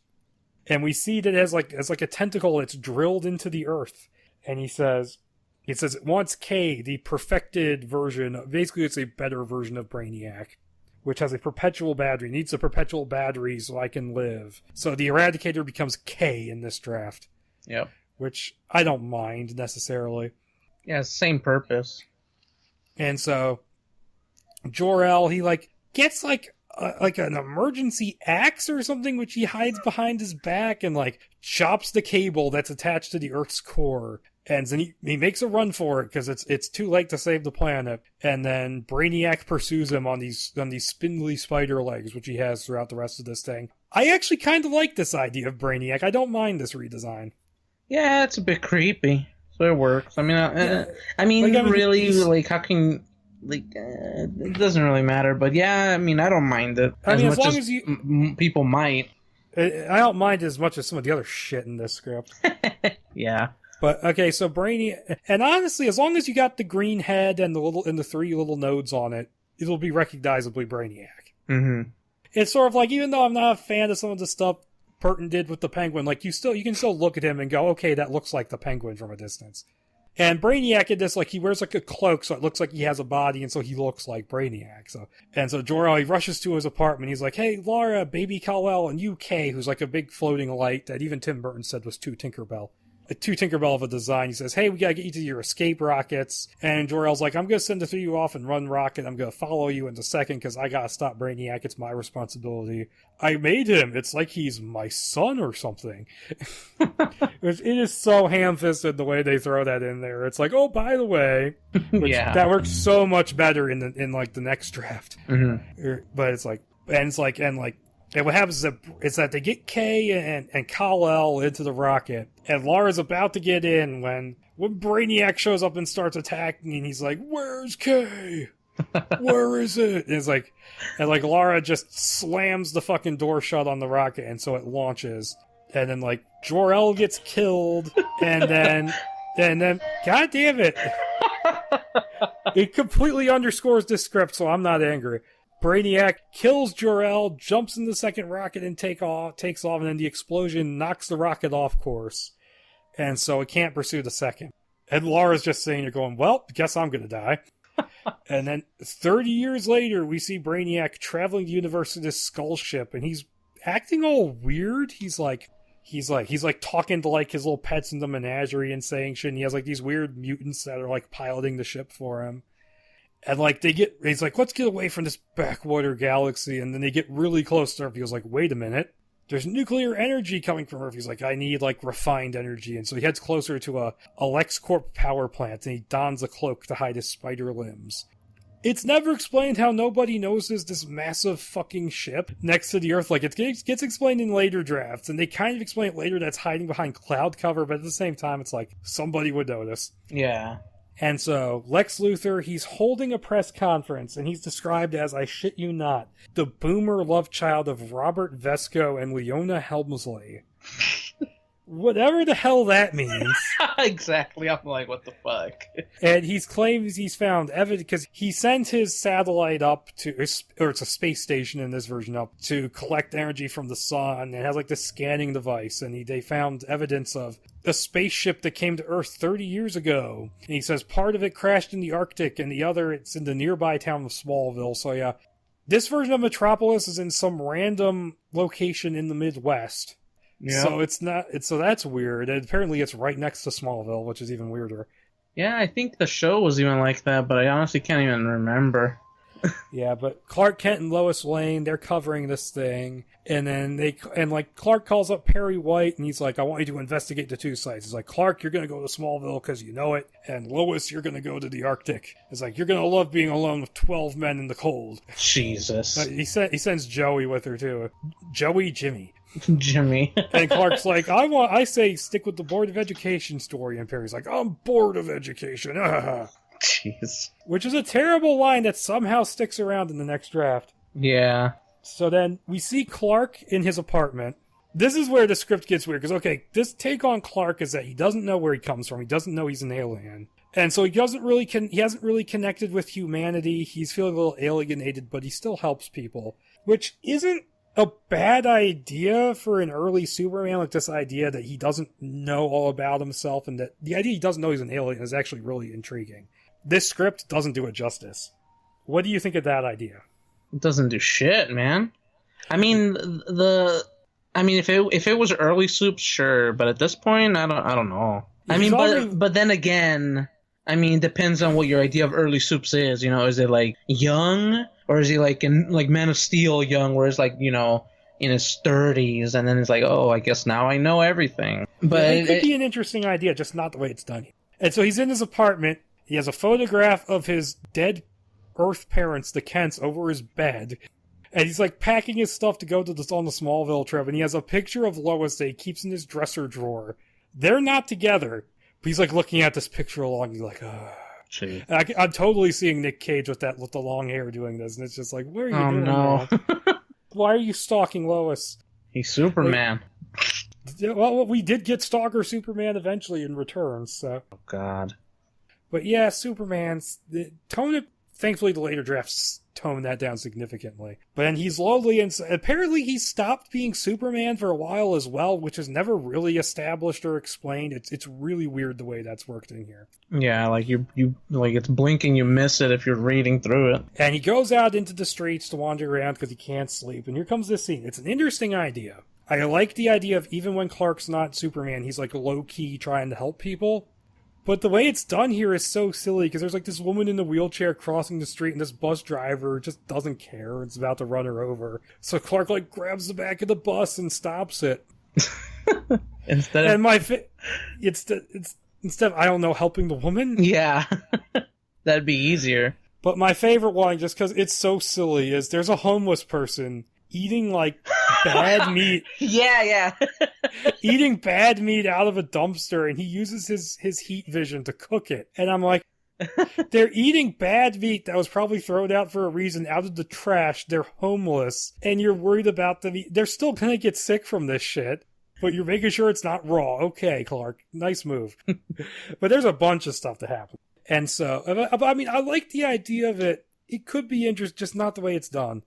And so Clark, he takes like a press bus to Smallville, and he's talking into like a note recorder. He's like having like flashbacks of like, there's like a scene of him bouncing on a trampoline, and Pa Kent's like, don't go too high. And they seem to be kind of nice. That gets fucked up in the next draft, by the way. Mm-hmm. And he also he's remembering a baseball game where he wasn't fitting in, and I love this idea of him looking up into the sky, and his vision allows him to see like all these different satellites. It gives you a real sense of wonder and awe to his powers. But of course, like, he's not getting along with the other kids who thinks he's a freak, and I can see that happening, I guess. Yeah, 'cause he's just always zoning out. Like, yeah, I could see him being a bit of a loner as a kid, and I like Cage's idea of Clark being more of a freak than Superman, which he talks about in the costume test, where he wears like a suit jacket and a Mickey Mouse shirt. Oh, jeez. Like, it could have been kind of a fun idea to sort of explain why people don't know he's Superman, but that's not really in the script. Okay, so And so, like, they're like digging at, like, I think they're digging at, like, the baseball field too. And, like, Lex finds, like, a single piece he finds, like, a single bolt, and then Clark wanders, it's like a single bolt from the spaceship, and then Clark wanders over to the graveyard where his parents are buried. He's talking to them. He's going like, well, I guess you must have chopped this thing up and gotten rid of the pieces. I guess you didn't want anyone, even me, to know that I was an alien. And it's like, well, like, why didn't they tell him? Who knows? They're assholes. Just never came up, I guess. Yeah, they're assholes, I guess. And so he's talking about that, and we go back to LexCorp, and Lex is told by a technician, hey, there's a radiation leak in the basement. So he goes with a bunch of technicians to the basement. He finds Brainiac. He's like all entangled in the wires, draining power. And Brainiac is just skewering all the technicians left and right. It's reminding me of Groot at the end of Guardians of the Galaxy. Yeah. And Lex has his one funny line in the script that I'll give him, where he says, if you spare me, I'll bring you more technicians, which is kind of funny. What a bastard. And Brainiac is legit kind of creepy in this scene. I'll give him that, which he isn't for most of this. He's just a ridiculous ham. Yeah, because isn't he also like just like embedded basically, or it looks like he's just like attached to everything because there's like a bunch of wires going off everywhere, so you really can't tell where he starts or ends. Yeah, that was cool. But so, and then Lex, he babbles about the spaceship, and then that's when Brainiac realizes that K must be on Earth. And so he spares Lex, and so basically... And so Lois and Jimmy, they're with the Arctic team, and this is really weird. Yeah. They see Clark walking in a suit and tie. And they don't seem to think this is odd at all. He's just there. And he just says a few sort of disconnected things to them, which, by the way, he doesn't say anything about home here, which is important later. And so he's walking, he finds like a crevice in the ice, and he heads down there, and he finds that the other part of the spaceship is there, and Kay has carved out like the Fortress of Solitude, and it's a little floating lake. It says, hey, I'm programmed to help you in your time of need. It's like, so where has he been all this time? I mean, I guess Soups just hasn't been needing any help. Yeah, I suppose so, but it's not really yeah, they rarely ever talk about if he's ever fought any, other superpowered beings or whatever, like in any of these scripts. Like, they just never mentioned that. It's just like, yeah, Superman's around, he's helping people out. That's basically it. Yeah, it just never comes up. And he says, oh, he was drawn there because he was hearing this frequency because Kay sent out a signal. It would have been nice to see the scene where he hears it. Yeah. Not have a pointless scene of him talking to Lois and Jimmy on the ice. Yeah, because then he just fucks off in a blizzard, I should say. Yeah, and he says, oh, you came from Krypton. And he's like, I sense danger is coming. But he doesn't, real helpful considering you're programmed to help him. You little Tinkerbell. He's just a little floating light, a little Tinkerbell, you little bastard. And so, back with Lex. He's like, he needs to do away with this pesky safety inspector who won't take a bribe. He's like, he hopes that giving him the free run at his amusement park, which is, it's like Lex Land. It's like all about like the joys of nuclear power. Yeah, I don't. Because for some reason, Lex is this far away from being a Captain Planet villain. Yeah, like Lex World or whatever the fuck it's called. Like, I got lost right there reading that. I was just like, I don't know what the fuck. I don't know what happened that I just couldn't comprehend what I was reading. Even though it's like when I look back, I'm like, oh, okay. But I was just like so fucking confused right there. I'm like, what the fuck is happening? Yes, and so as that doesn't work, so he wants to find a way to do away with him. And Brainiac's like, hey, we can take a monster from my menagerie, and then. He's like paging through like the holograms and stuff. He's like, he looks at the Thanagarian snare beast and he's like, no, not yet, which is just the clumsiest foreshadowing ever. It reminds me of that scene, and have you seen Mission Impossible 2? Oh no, I've always skipped that one. Oh no, it's terrible, but like Ving Rhames is like hacking through like the evil corporations like files and just randomly shows like this off-site facility for no reason, and then he goes away from it just to set up like where like the climax of the movie is going to take place. It's just like that scene. Christ almighty. But then he picks something called a Plutonian Gnaw Beast, which they send it down. It sits on the tracks. It's about to swallow the people, and then Superman shows up for the first time. 30 pages into this script. Fuck. And This scene is so weird because he gets the people off the track. He knocks the beast off. It falls into some water, which seems to hurt it. So it's from that planet from Signs. And then Superman sucks up the water and then spits it out at the monster and kills it. And then Lois and Jimmy show up, and everybody, the people on the ride, Superman, Lois and Jimmy, they're all like so just blasé about a giant monster showing up and trying to swallow people in this world where nobody knows about aliens. Like, they're just like, oh yeah, corpse of a giant monster, nothing to see here. And then back to Brainiac and Lex, and Brainiac is like, who is this? And Lex is like, oh, it's Superman, but he hasn't been around for a while. I didn't think he was worth mentioning. And I'm like, yeah, so that whole subplot, which doesn't really mean anything, comes up. But yeah, there's this whole thing where it's like he's semi-retired. And like, this is the first time we've seen this Superman, and he's quit like a little bitch. No, Soups, you can't do that. It would be like if they started the Nolan trilogy with Rises. Shit, at least we would have had 2 other sequels to look forward to with Batman not doing that again. Yeah, that's just odd. But I mean, I like Rises, but it's so, and it doesn't explain that part of the movie well enough. Is my problem with it. Yeah, I mean, but it's better than this. Yeah, at least it's not 8 years gone by. Apparently, this is the first time we've seen Superman. This Superman, and he's already quit. No. And so yeah, Lois is, and so, but no. Brainiac and Lex are talking. And Brainiac is like, oh, he must be the Kryptonian, because I think he recognizes the S shield. And he looks up at the sun and goes, maybe this is where he gets his powers from. Remember that, because that's going to make no goddamn sense later on. Something so colossally stupid happens at the end of this script. Oh god, it kills me just thinking of it. Like, Lois shows up and goes, hey, Superman. He flies away immediately. And then Superman, and then like Clark shows up and goes, hey, Lois, we have to talk now. And so they go to dinner at Benihana. They're getting hibachi, and so they're sitting there and they're talking. And this is where we finally find out since people don't know what Superman is, what they think he is that he's a mutant, some sort of superhuman thing, which, like, okay, fine, that's a reasonable assumption. You have to establish that first. Well, they're doing it now. Yeah, it's so clumsy that the alien stuff comes up before we know what people actually think Superman is. Yeah, and then this is where Clark revealed. There's a scene where he's like shaking his foot because he's nervous, and then like he shatters all the glasses. Then he runs, flies around for a bit, and then comes back. And so he decides he's gonna tell Lois who he is. He takes off his glasses, loosens his hair like some sort of librarian in a porno. As like, hey, I'm Superman, and then she doesn't believe him. So he pulls a piece of charcoal off the grill, like a burning hot coal off the barbecue, and then turns it into a diamond, which I have to say, I don't think Wesley Strick has ever been inside a hibachi restaurant in his life. Because I've been to quite a few, and I have never seen one where they're cooking things over hot coals at the table. The 90s were a different time. No. I was at one in 99, 2000.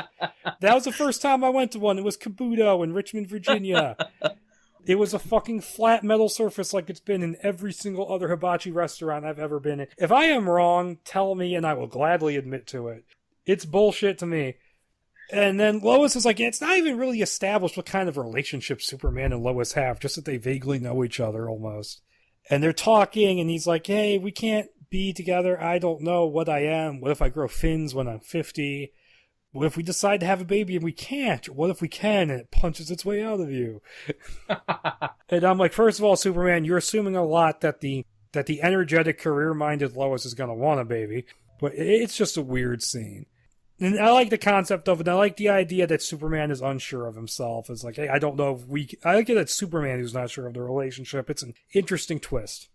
And so here's where we get introduced to Doomsday. Brainiac takes Doomsday from the menagerie, and it's a little thing described as a baby Yeti with mange. It has a little name tag on it that says Doomsday, and he's holding it in his little cloak tentacles, and they carry it down to the sub-basement, and they're gonna put it in the sewers or whatever. And he's like, and Lex Luthor's like, oh, it's so cute. And like, he goes to like poke its nose and it bites the tip of his finger off, which, by the way, he must be fine with that because it's never mentioned again. He doesn't care. Because because Lex Luthor in this script is a fucking idiot. And then Brainiac goes, and because this was supposed to be Christopher Walken, by the way. That's who Tim wanted. Oh my god. He goes, never pet a thing called Doomsday. Was that a good impression? Yeah, it was good. It's better than my Bill Nighy impersonation, but and so then they go up to the Skull ship. They fly to the Solar Provider, which is what the space station is called, and Brainiac plugs it in and like mutates it biomechanically into the Shadowcaster, and it begins to block out the sun. And okay, that makes more sense than we launched a thing into space and then that turned it into a Shadowcaster. I like this. I like this change. Mm-hmm. Yes, I'm praising Strick. And after 3 days of the sun being blocked, Clark is feeling sick. He can barely function. He's at work, right? And this is where it gets really stupid, because apparently this thing is only blocking out the sun in one small part of the Midwest. Because Jimmy's like, my mother's in Chicago, and it's perfectly fine over there. And like Perry's like, let's cover the eclipse. It's like, Lois, cover the feminine angle. Research how this affects like carpooling and the taking of like depressants or whatever. Wow. Yeah, it's just like, you gotta be kidding me, dude. Bit of really silly kind of sexism there, but then Superman, who doesn't think to fly out of the eclipse range, flies up into space to look at the Shadowcaster. He only can just get a glimpse of it, and then he falls out of the sky. Dummy. He plummets to Earth right outside LexCorp, just as Lois and Jimmy get kicked out, and I guess they were there to ask him about what was going on. At that moment, Lex is in the Skull Ship, and he goes, "Hey, what does this button do?" And then pushes it, and that turns Doomsday on, and he's grown to full size. So a big hairy Yeti in this version, and it bursts out from below the ground, and I think it tries to go after Lois and Jimmy first, and like Superman's like, "Hey, you big dumb furball, come get me," and like kicks him with a steel-toed boot. My God. And then he draws Doomsday away from the people into the sewers, so point one. Ooh. Yeah, and they fight for quite a while in the sewers, and like he beats him up, and there's a bit where it bites his ears like it's Mike Tyson. Oh, Jesus. And this script is dated days after that fight, by the way. I'm like, do we need Mike? I mean, this is the second time I've heard of a superhero movie almost having a Mike Tyson ear-biting reference in it. Because Incredible Hulk was going to have the Hulk bite off the Abomination's ears.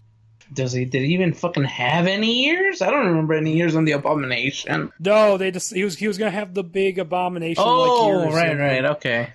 From the comics, and then and the Hulk was going to bite him off, but then they decided not to do that. That's a stupid idea. And while this fight is going on, oh God, Lex. No. He says, first of all, he teases up his hair into a Don King do, so apparently Strick doesn't know that Lex Luthor is bald. And he says to no one in particular, because I don't see Brainiac giving a shit, he goes, "You thrilled to the thriller in Manila. You love the rumble in the drungle. Now Brainy and I present to you the Superman Stopper in Metropa." Fuck off. What the fuck was that? I don't know what's wrong with Lex, dude. He's fucking out of his mind. Do you see what we mean when we say Lex is just terrible in all these scripts? after the Smith one. Oh God, him having hair is just wrong. Sorry, Gene Hackman, but although Gene Hackman was his Lex was technically wearing wigs, Gene Hackman had more at least Gene Hackman was a genuinely menacing villain. This guy is just stupid. And okay, so the fight bursts out into the streets once more, and Superman and Doomsday, they punch each other to death. Superman dies in Lois's arms, and he says, "Bring me home," before he dies. Rest in peace. That's going to be important later. Lex is the one who organizes the funeral for Superman, and there's like this shitty like aluminum statue of Superman. False god. And he has guards stationed at the grave because Brainiac says, "Hey, Kay is probably going to come and try and revive him." But it turns out the night before, and these are intercut together, Lois and Jimmy, they go to the morgue to see his body, and then Lois is like, "Hey, he said something about home up in the Arctic," which he didn't. And so they swap his body with a dead drunk of like the same height and build. Jesus. What's going on? This is foreshadowing the Justice League movie where you got Flash and Cyborg digging up Superman's corpse. Oh shit, I forgot that even happened. Yeah, this is just fucked up. And so they sneak the body out and they take it to the Arctic. They bring us to the Arctic. It gets swallowed by the ice. And in the fortress, Kay is bathing Superman in green resuscitation gel. And he's filling his mind with, like, snippets of vague memories of Krypton. And he shows him Jor-El's death. And he says, you need a reason to come back. And in Metropolis, the city has fallen into chaos. You got unruly citizens lighting fires, looting shit. And Brainiac, tired of waiting for Kay, breaks into Superman's tube and finds the corpse that was substituted and is just pissed. Yeah, he's like, where the fuck is the body? He's like, oh, drunk? Superman wakes up and he for some reason, even though the thing that wakes him up is a memory of Lois, he's lost all his memories and he only has like these vague ideas of Krypton that Kay has given to him. And he's calling himself Kal-El. Yeah, he's like, I don't remember anything from my past life. And it never really amounts to anything. Like, you think maybe they're making this point that he could either be Kal-El or Clark, and he has to make a choice, but he really doesn't. It just kind of happens. Yeah. I really don't understand what they're getting at with this. It's just strange. Just give him another identity because Tim Burton likes identity issues. Which I guess is why he made Catwoman into a split-personality zombie, I guess. Jeez. But, okay, that's me bitching about something I don't need to bitch about, but... But, like, okay, and he's like, he informs him, like, oh, your powers are gone because of the sun. And he's like, okay, he forms into a new suit, complete with an S. And he says, the S, it was your father's, it stands for science, which was your father's passion. Which is the most, I shouldn't say that word, but it's the dumbest fucking thing I've ever seen. Yeah, it's just the like... S stands for science. It doesn't stand for Superman. It doesn't mean hope. It stands for science. It's the letter S from the English language. From Krypton. And so he forms the suit that can help him regenerate his powers a bit, and he has goggles which recreate his X-ray vision. And so they take off and they fly away, and it can make like a glider. And so Lois, she goes to screw with some looters. And, like, she's like, hey, I could interview you anonymously. And then Jimmy takes their pictures, and they're like, hey, and they're about to kill her. And I'm like, Lois, you're a fucking idiot. And so Kal-El shows up, and he's hidden by his goggles, so they can't see her. So they can't see his face. And also, it's mentioned that, like, the silver S is, like, sharp, and it can break into pieces. Yeah, it's like a fucking blade. And, like, this looter walks up to Superman and, like, touches the S and cuts himself. And, like, Superman is fucking them up. He's, like, putting out the fires, and this one guy is like, hey, I lit that fire! And then the guy gets fucked up by Superman breaking the pieces off of his ass and throwing them at him. And also, I should mention, when they first show him, I shit you not, this is what it says. His goggles are down, covering half his face. It says he's in the shadows. And he looks like a hip-hop Phantom of the Opera. Yeah, like... I don't even know where to begin with that shit. What does that mean? Like, I kind of get that the Phantom of the Opera thing comes from half his face being... First off, it's the wrong half of a face. It wasn't his eyes being covered and his mouth exposed in the Phantom of the Opera. The Phantom of the Opera play. And by the way, the real Phantom of the Opera wore a full face mask, but that's a fanboy gripe. It's like, what is a hip-hop Phantom of the Opera? Who the fuck knows, dude? We'll probably have to, like, actually dig deep just to see what the fuck it could mean. We have to go deeper. No, that's weird. And, like, he doesn't remember, like, Lois's face seems familiar, but he doesn't remember her. And she's like, wait a minute, there's something kind of familiar about him. But he flies away before they can talk. And so Brainiac, they watch news footage of Kal-El fighting off the looters. And they decide, hey, he's fused together with something else, so we should fuse together. Oh, God. And Luthor is like, it's the best merger since RJR Nabisco. Why? It's just so crazy. The name alone, not to mention just the way that they look once they merge. And so they merge into something called Lexiac, and the merging scene is almost written like a sex scene. Like, it's written almost like a rape scene. It is so weird, like the erotically charged dialogue they use, like sexually charged stuff in the description. Like, he like wraps himself around Lex and like puts his face right up against his. Jeez. Which, okay, remember, Christopher Walken was supposed to be Brainiac. Kevin Spacey was supposed to be Luthor 10 years ahead of time. So Kevin Spacey is now the one getting raped. Oh no! Role reversal! Oh no, dude. Fuck. I'm gonna get in so much trouble for that joke, but fuck it. You crazy, dude. I don't care. And so they merge together and they become this two-headed thing with a Brainiac head and a Lex head called Lexiac. And they're like this solely to exchange really terrible jokes. Hey, I thought we were going to fuse together, not room together. And then Lex responds with, hey, I'm clean, I'm quiet, and I don't leave hairs in the sink. Fuck, dude. Like, And Brainiac says, I always wanted to be part real. Lex says, I always wanted to be part fake. I'm begging the script to stop. I'm begging the script to turn into a gun and shoot me in the head at this point. Jesus. But these guys are so stupid. And so they never shut up either. And so Lois and Jimmy, they're figuring out Kal-El's identity by manipulating a photo, and they're like, hey. Also, there was a moment where Lois broke down, and once again, Jimmy finds out that he's Clark. It found out in the last draft, too, and I like that idea. I like Superman having a certain number of confidants. He doesn't need to have, like, a Team Arrow or anything in the Arrow Cave, in the Super Cave. But I like him having a couple people. Oh, I also fucking forgot to mention this. He also has, like, little small throwing star S's.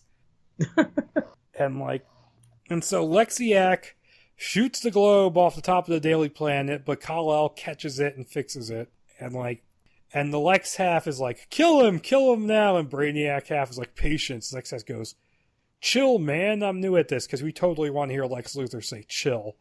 It worked so well in Batman and Robin, but I'll give this to Batman and Robin. I at least understand the point of the jokes in that movie. Yeah. He's a cold guy, so he makes cold jokes. In this, fuck if I know. Nada. And so Lois meets Kal-El in like the alley next to the Daily Planet, and he only has vague memories of her, and he hands off one of his ninja stars. And then he leaves. Lexiac is watching from the Skull ship. He goes, we could use this relationship against them.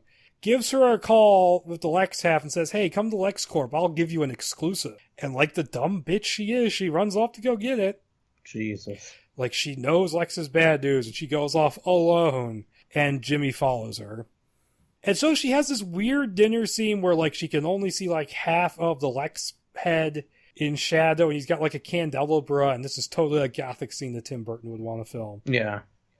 But then eventually, the lights turn on, and two of the alien henchmen capture her, and it's taking her up to the roof. He's like, you must be Brainiac. It's like, yes, the man who put the I in IQ. The Sultan of Smart. Lord have mercy. He's a computer. He's not supposed to be this emotional. And then there's this weird bit where she records this happening and drops the recorder, and apparently Brainiac is like, I planned this, for her to drop the recorder and for Jimmy to find it and tell Superman, and it's like, what? But he carries her off in the skiff. Jimmy gets there just in the nick of time to see the skiff take off. And he goes down to the streets and starts breaking windows to attract Superman, or Kal-El, who's still stopping looters. And then Kal-El throws, the bits of his shield at him and, pins his, the cuffs of his shirt to the wall. And he goes, hey, Lois, she's just been kidnapped by this thing and taken off into space. And Kal-El looks up at the sky, he uses his X-ray vision, finally sees the Skull ship, which has docked on the Shadowcaster, and he goes, Brainiac! Yeah. Which is already silly, but then Lex hears him and goes, Adrian! Oh yeah, fuck, dude. I'm like, why? What is happening here? What is with the pop culture references? And coming out of Lex, it's like, what? See, the thing is, Kevin Spacey could be a good Lex. Christopher Walken could be a good Brainiac. Could be a good Brainiac. Hiding Candor in his ass. Hiding Candor in his ass for 10 years. But no, he could be a good Brainiac, not like this. Oh. Awful. And so, what happens here again? I think they're still on the ground when they start talking, and like, or maybe he's flying up into space. But like Brainy Lexiac like boosts its voice and says, "Hey, turn Kay over to us, and we'll turn Lois back to you." And he says, "I don't care about the girl. Give me the satellite." And they're like, "Okay," and Kay is like, "You fucking idiot! What are you doing?" And so they're flying up, and they can't even wait for him to get there. And Lex is like, "Brainiac, let me use my sun gun. Let me use my sun gun." And so, like a fucking moron, they shoot Superman with yellow sun energy. And it, like, regenerates him. The K-suit breaks off. He gets a new red and blue costume somewhere. And then he's back to normal. And then Kay's like, "How did you know the thing wouldn't be at full power?" And I'm like, even at full power, it wouldn't have done anything. He gets his powers from the yellow sun. It's all dumb, dude. I even, and like, it's just awful. Like, I'm looking at my notes, and the last bullet point I have just says awful script. And so they're floating around, and Superman is like, "How do you feel about being part of a scam for the first time?" He goes like, "It was fun." And I'm like, what scam?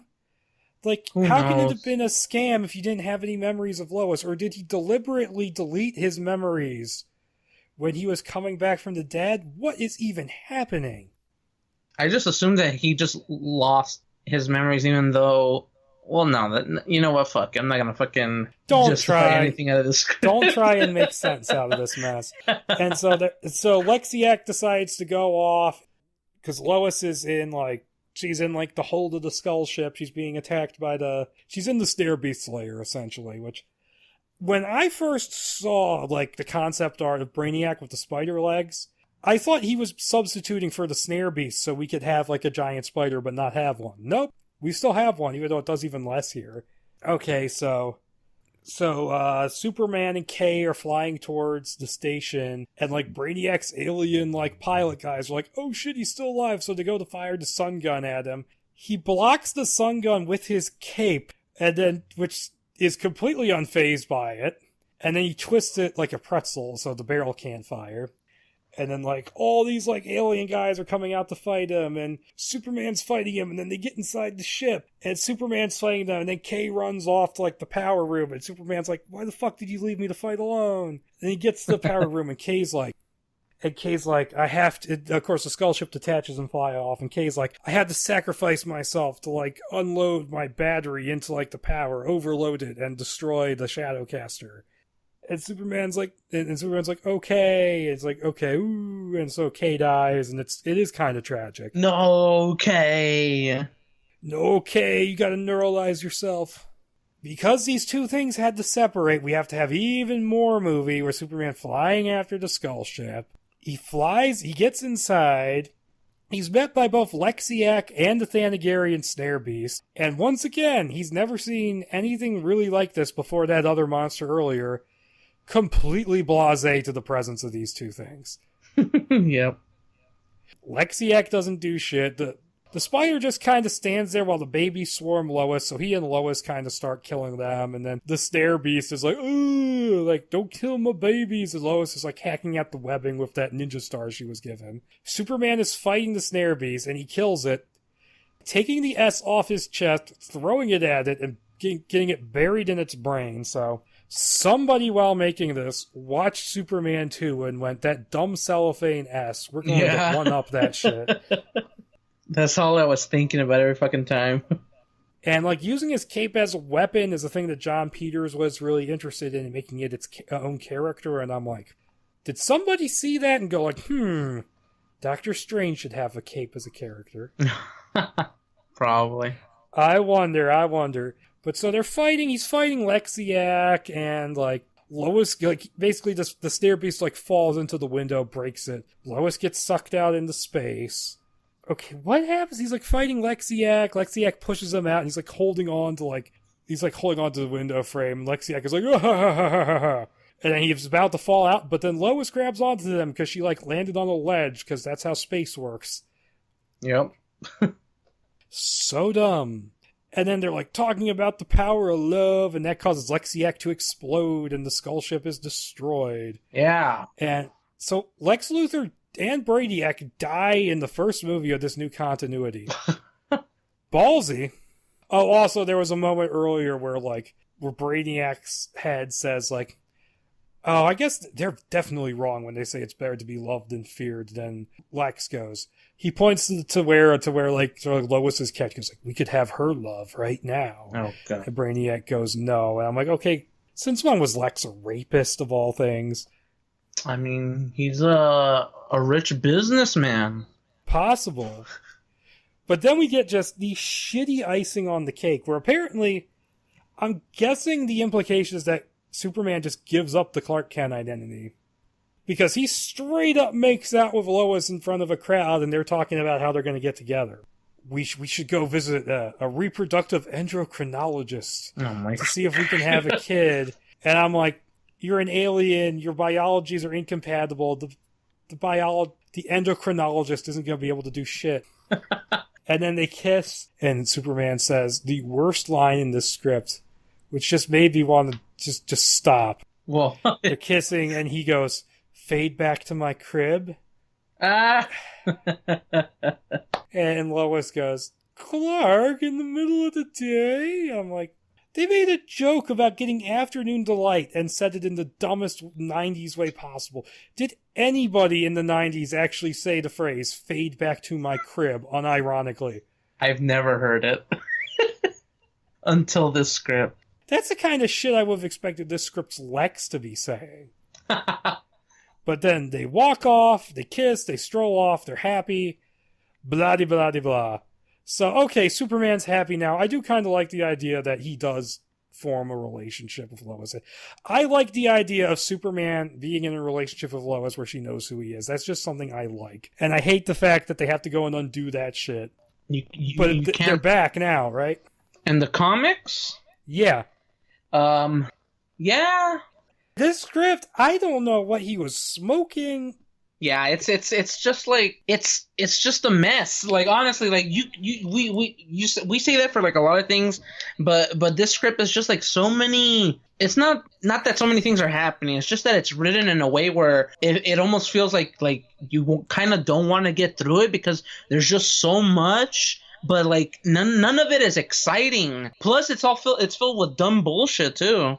But Wesley Strick, he's not a bad writer. He helped write Arachnophobia. Yeah, and I fucking like that movie. And he also helped write the Doom movie. Oh no, it's watchable, but it's bad. And he also helped write the Elm Street remake. Although, bear in mind, I don't know how much of that he wrote because one of the other writers who worked on it said that like it barely resembled the script he wrote. So who knows what Strick wrote on that? But Burton knew Strick from. He did uncredited rewrites on Batman Returns. He added in the Death of the Firstborn subplot, because in the Daniel Waters original script, it went straight to just the Rocket Penguins. Yeah. And that happened because Warner Brothers was like, oh, Penguin's plan isn't big enough, and they actually suggested to Strick, you could burn the city or freeze the city. Jeez. But then Strick did the whole Firstborn thing, and they were like, what the fuck? Right. You can't put this in our kids' movie. But no, so that's where Burton knew Strick from. And basically, they were working on it. I'm assuming there were more drafts, because this can't have been the only thing he wrote. They were working on it, and then finally someone at Warner Brothers actually read the script and hated it. Like, supposedly there were violent reactions to it. Wow. Which I can understand why. And so they made Tim Burton fire Wesley Strick. And we bring in Dan Gilroy, who at the time wasn't known for much of anything. Later on, his brother Tony Gilroy he was the architect of the Jason Bourne movies, and he co-wrote with Dan Bourne Legacy, and Tony directed that one. But Dan Gilroy now is best known as the writer and director of Nightcrawler with Jake Gyllenhaal, aka Aspie's favorite movie. I've heard that's a great movie. I've never seen it. Yeah, same. I'll take people's word on it. Dan Gilroy gets brought in to sort of tone things down, and so we get the Dan Gilroy Superman Lives, which is once again called Superman Lives. Now, this script is dated. It's dated February 24th, 1998. And he was brought in a lot earlier because he talks about in the documentary about how John Peters had him come over and watch Princess Diana's funeral. Oh my god. As inspiration for the funeral scene in his script, which that was September 97. So between July of 97 and early September, Strick was already thrown out. Gilroy was brought in then, and I find it hard to believe that in that time Gilroy took that long to write even a first draft. Who knows? But yeah, it's like way too many months. But he was brought in to write this, and so let's dive into this one. This one starts out a little bit more promisingly. This one, weirdly enough, doesn't have a Krypton prologue. It doesn't have any flashbacks. Kay just kind of talks about it later on. So it starts with a group of men dumping nuclear waste in a lake. And Superman shows up and starts kicking ass because Captain Planet couldn't show up. Damn him. And so he's about to get one of the guys who drives off in a truck, but a group of ninjas shows up and starts attacking him. They're called swordmen. They're called shadow men, and they have swords, but they're definitely meant to be ninjas. And I can tell you exactly why those are here, because John Peters has this obsession with swords. And you know that scene in 89 where the guy comes out with the sword and Batman punches him and knocks him down? Oh, yeah. Peters claims that the movie made $500 million, or however much it made, because they got a real sword fighter in the movie. Is he fucking crazy, dude? Yeah, he claims to have been in 500 street fights, and he claims that, like, the Warren Beatty movie Shampoo was based on his life. What the fuck, man? He dated Barbara Streisand, so you gotta be kind of crazy to do that. Put him in freaking the real Bloodsport, too. Frank Dux comes in. Oh, Peters. We're here to fight. and he was one of the first heads of Sony Pictures, and basically spent a shitload of money and put them in debt, and they got rid of him. Jesus Christ! But no. So Superman fights some ninjas, and then he chases the guy dumping the thing down, driving the truck, who then dumps his carriage. The trailer, which Superman has to stop. And he's saying in the scene, he goes like, that wasn't a very nice thing you did. And so he breaks the gear shift, breaks the accelerator, and so they're driving really fast, and so he basically tortures the information out of this guy, which is kind of fucked up. And he says, and the guy after being under much duress says, hey, Lex Luthor hired me, and we cut to Lex Luthor. By the way, Superman doesn't let the guy die. Which... It's sad that I have to point that out. And we see Lex Luthor. Superman confronts him in an elevator, but instead of threatening him, he just kind of pokes his head and says, one day I'll get evidence on you or whatever, and leaves the empty can of nuclear waste in the lobby. Jesus. So that's how this script opens. There is a rewrite by Dan Gilroy, which I didn't have you read just to save time, but mainly what it did was that scaled a lot of things back. It was from after Burton left and they needed to cut down the budget. There's a very brief Krypton prologue, which sets up Brainiac's sort of motivation and stuff like that. And then we get the scene with the dumping, but they cut out the ninjas and stuff like that. And then we get, like, Lex's, like, because we get the scene of Lex talking to, like, the tailor who's making his own special suit. And then we find the guy who was in charge of planning the dumping operation, and he has him, like, he sticks the guy's hand into a tank of piranhas and has them eat the flesh off. Jeez. So he's a mob boss, and he also runs a ton of nuclear power plants, and I don't know what the fuck. Lex is a Captain Planet villain in this script. He conspires to dump nuclear waste, and he's annoying. Again. And okay, so we get to we have the Lex press conference from before, only in this script he only knows about the part of the ship that landed in Smallville. And so, in this draft, Clark and Jimmy get sent out there to investigate, and like Clark is like flashing back, and okay, we get a trampoline flashback here, and it's on Christmas Day, and Pa Kent sees Clark bouncing way higher than a normal human could. He goes outside, kicks the trampoline out from under Clark while he's way up high in the air. Oh man! And thus the origin of Man of Steel, Pa Kent. Oh, God. He is such an asshole there. It's like Clark lands on his feet and all that, but still. And that's counterbalanced somewhat in the rewrite, where it's expanded a little bit, and we see them like tucking him in the bed, and they say like, oh, we still love you, but people in this world might not want to know about your powers. You need to be careful with it. It's still fucked up that he kicked the trampoline out from under a child.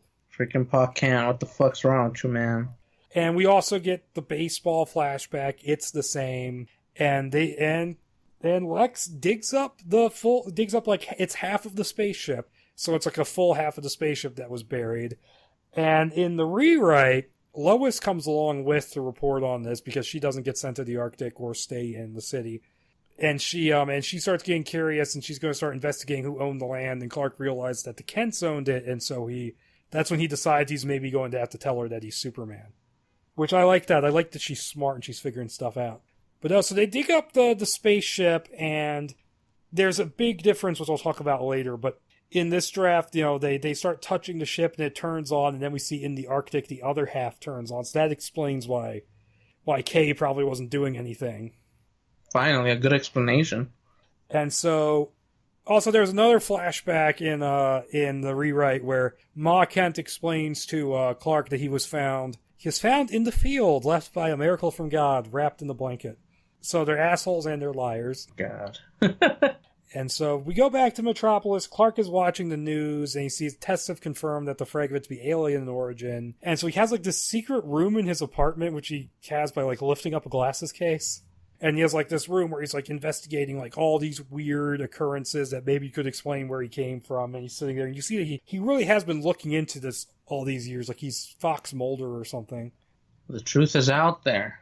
And so we get a scene of him wandering the streets of Metropolis, which thankfully isn't as ridiculous as it is in the Strick Draft. And he's kind of being creepy and listening in on conversations, but at the same time, with his superhearing, it'd be hard not to hear. And he sees all these people happy and together, and it makes him a little bit sad. And so he flies up into the air, bursts through his clothes, his clothes get burned off, and that's a cool image.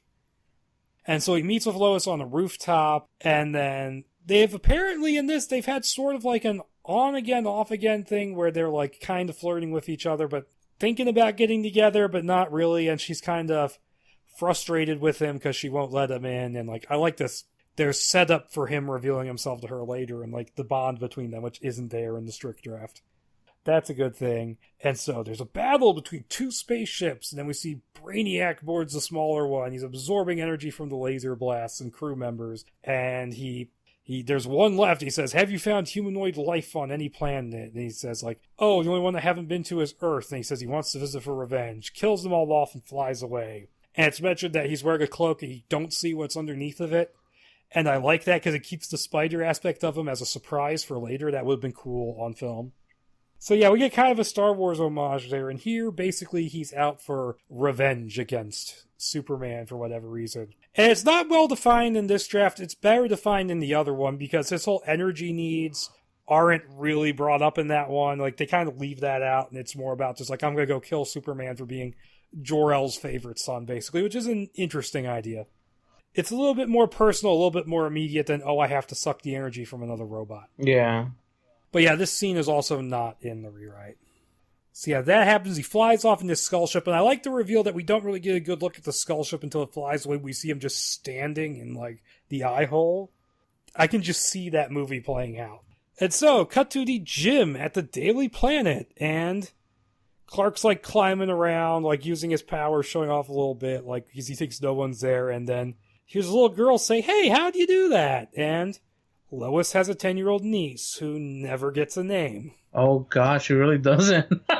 And she's like, "I'm staying with my aunt. I'm going to learn to be a reporter." And we find out that Lois's sister her husband has left her and she's having trouble, so Lois is helping her look after the kid, which is not too bad, but give the girl a name. And she does get a name in the rewrite. She's called Amy, but she doesn't get one until the script's almost over, which is hilarious. But she's kind of funny. I don't mind her. She's not an annoying kid. She's like a small version of Lois. Yeah. And then Clark gets overcome by a high-pitched sound only he can hear, and so we get to see him running up the stairs in a blur. And he flies away, and he finds the source of the sound in the Arctic, and he goes down into a crevice. He finds the other half of the ship. And he finds a machine named K, who's described as this toy-sized thing, which there is concept art of, and it looks really cool.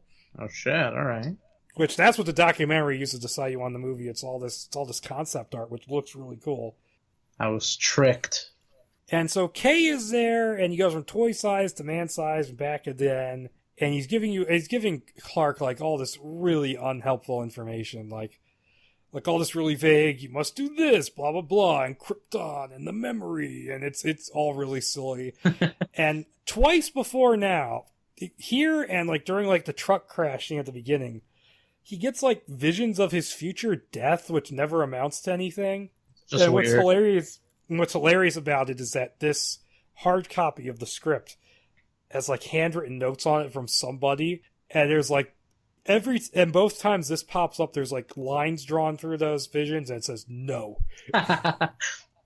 And there's moments where entire like paragraphs of text just say "why" written next to that. Yeah. So Brainiac approaches Earth, and he's watching its broadcasts, learn about people setting up shitty fish out of water comedy. And so Lex gets called away to his nuclear facility where there's Brainiac's thugs stealing power, and then Lex and one of his guards are then kidnapped and taken to the Skull ship. So it's kind of like the Strick scene, but different. So the bodyguard gets fed to something in a pit, and then Lex is like, hey, I can work for you and help you. It's like, hey, there's this guy called Superman. I can give you power from my plants to maintain your energy levels. At one point later on in the script, there's actually a scene where the guy writing the notes says, why do these two need each other? It's like, it's completely right. And so Lois takes her niece to LexCorp's Kids Day, and she's like, I'm going to have to go interview Lex, and you can go on the elevator with the kids. And so Lex and Brainiac are like, they plan to draw Superman out by creating a scene. And so Brainiac like fries circuits and causes all the different elevators to fall. And you have this cool scene where Superman has to come in and like catch each elevator and take care of it before anyone dies. It's a really good action scene. Yeah, I was actually surprised about that because like I was just like reading through it and I'm like, oh man. And then this happens. I'm like, holy shit, I can dig this. And then another chaotic scene like that happens later on, and it's, you know, also pretty engaging. Yeah, and that's actually pretty neat. And so it's a Superman, he saves the niece, and the niece goes to the hospital, but then Clark and Lois, they go to the Benihana again, and it's more or less the same scene, only some of the dialogue's different. They talk about the niece. Lois talks about how like she felt like she was an alien too. She felt like an outsider too because her parents left her when she was a kid with her grandmother. And she's always been like, and so she's always felt different from other people, so she relates to Clark. And it's a nice character building scene, and also instead of shaking his hair out like a sexy librarian, he takes his tie off. And there's also a few more like examples of him using his powers, like someone's meat is underdone, so he uses his vision on it. Makes way more sense than the garbage scene. I'm like, yeah, that was lame. And so some ads are altered dialogue, but it's more or less the same scene, and it's better here than it is in that draft. Like, it reads better. And also Lex, who was whining earlier about all the damage that was done during the elevator scene, he makes a call and starts plotting against Brainiac. So here comes this scene. It's impossible to take seriously, right? You just can't. So Lex takes Brainiac to a nightclub. Oh, God. And he's wearing like a turban and the cloak so nobody sees his body, and sits him down, gives him a shrimp cocktail, goes like, all the life energy's been drained. And like Elton John is playing. There's all these celebrities there, including Shaquille O'Neal, so I'm like, oh, they're setting up a Steel crossover. Cinematic universe. Shit, make it happen. Which, honestly, as bad as these scripts are, would they be as bad as Steel? I don't know. I don't think so. That's a tough call. Because at least they wouldn't be boring. Yeah. And so, like, everybody in the place, I'm guessing, including Shaquille O'Neal, pulls a gun on Brainiac and just starts shooting at him. And he's, like, absorbing all the kinetic energy, and then he just kills everybody. So I guess Shaquille O'Neal dies, and Elton John. No. And then, so Lex is back in his penthouse office, getting ready for a Swedish massage from these two girls, and he takes off his robe. He's wearing a red, white, and blue thong, because I totally need to think about that. Yeah. And he's going, who's the man? I'm the man. Oh my God. Who's the man? I'm the man. You see why Lex sucks? And so he lays down on the table, starts getting massaged, and then Brainiac is like fucking up the security guards in the lobby. Brainiac comes up, the two girls run away in fear, and he's like, ladies, I'm not feeling the love. Oh, God. And then Brainiac picks up Lex and then merges with him to form Lexiac, And I will say this, Lexiac much more palatable in this script, because basically what he is that he's Brainiac who looks like Lex so that he can make use of all his resources. Yeah, way better. Or something like that. It's a much better idea. There's still dumb stuff with him, and I like the idea that he like opens his robe and you don't see what's there. It's still building up to that reveal later on. I think it's really cool. And what's weird about Lexiac in this version, though, is that like he looks like Lex, but like Lex's head splits open and Brainiac's head pops out, and Lex survives at the end of this script, and I'm not sure how. Energy bullshit, something like that. Yeah, whatever. it was weird. But yeah, that's weird.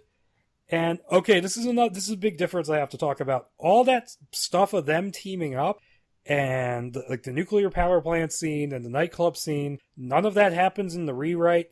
Basically what happens is that they come straight to LexCorp where Brainiac finds the dug up spaceship. He has Doomsday with him hunting people, so that's the only minion you see.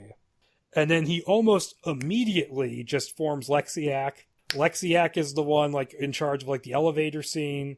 So none of that nightclub shit happens.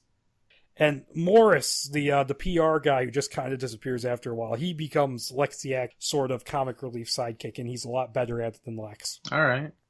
So Lex, still not great in that script, and he still wears a red, white, and blue thong, which is just scary.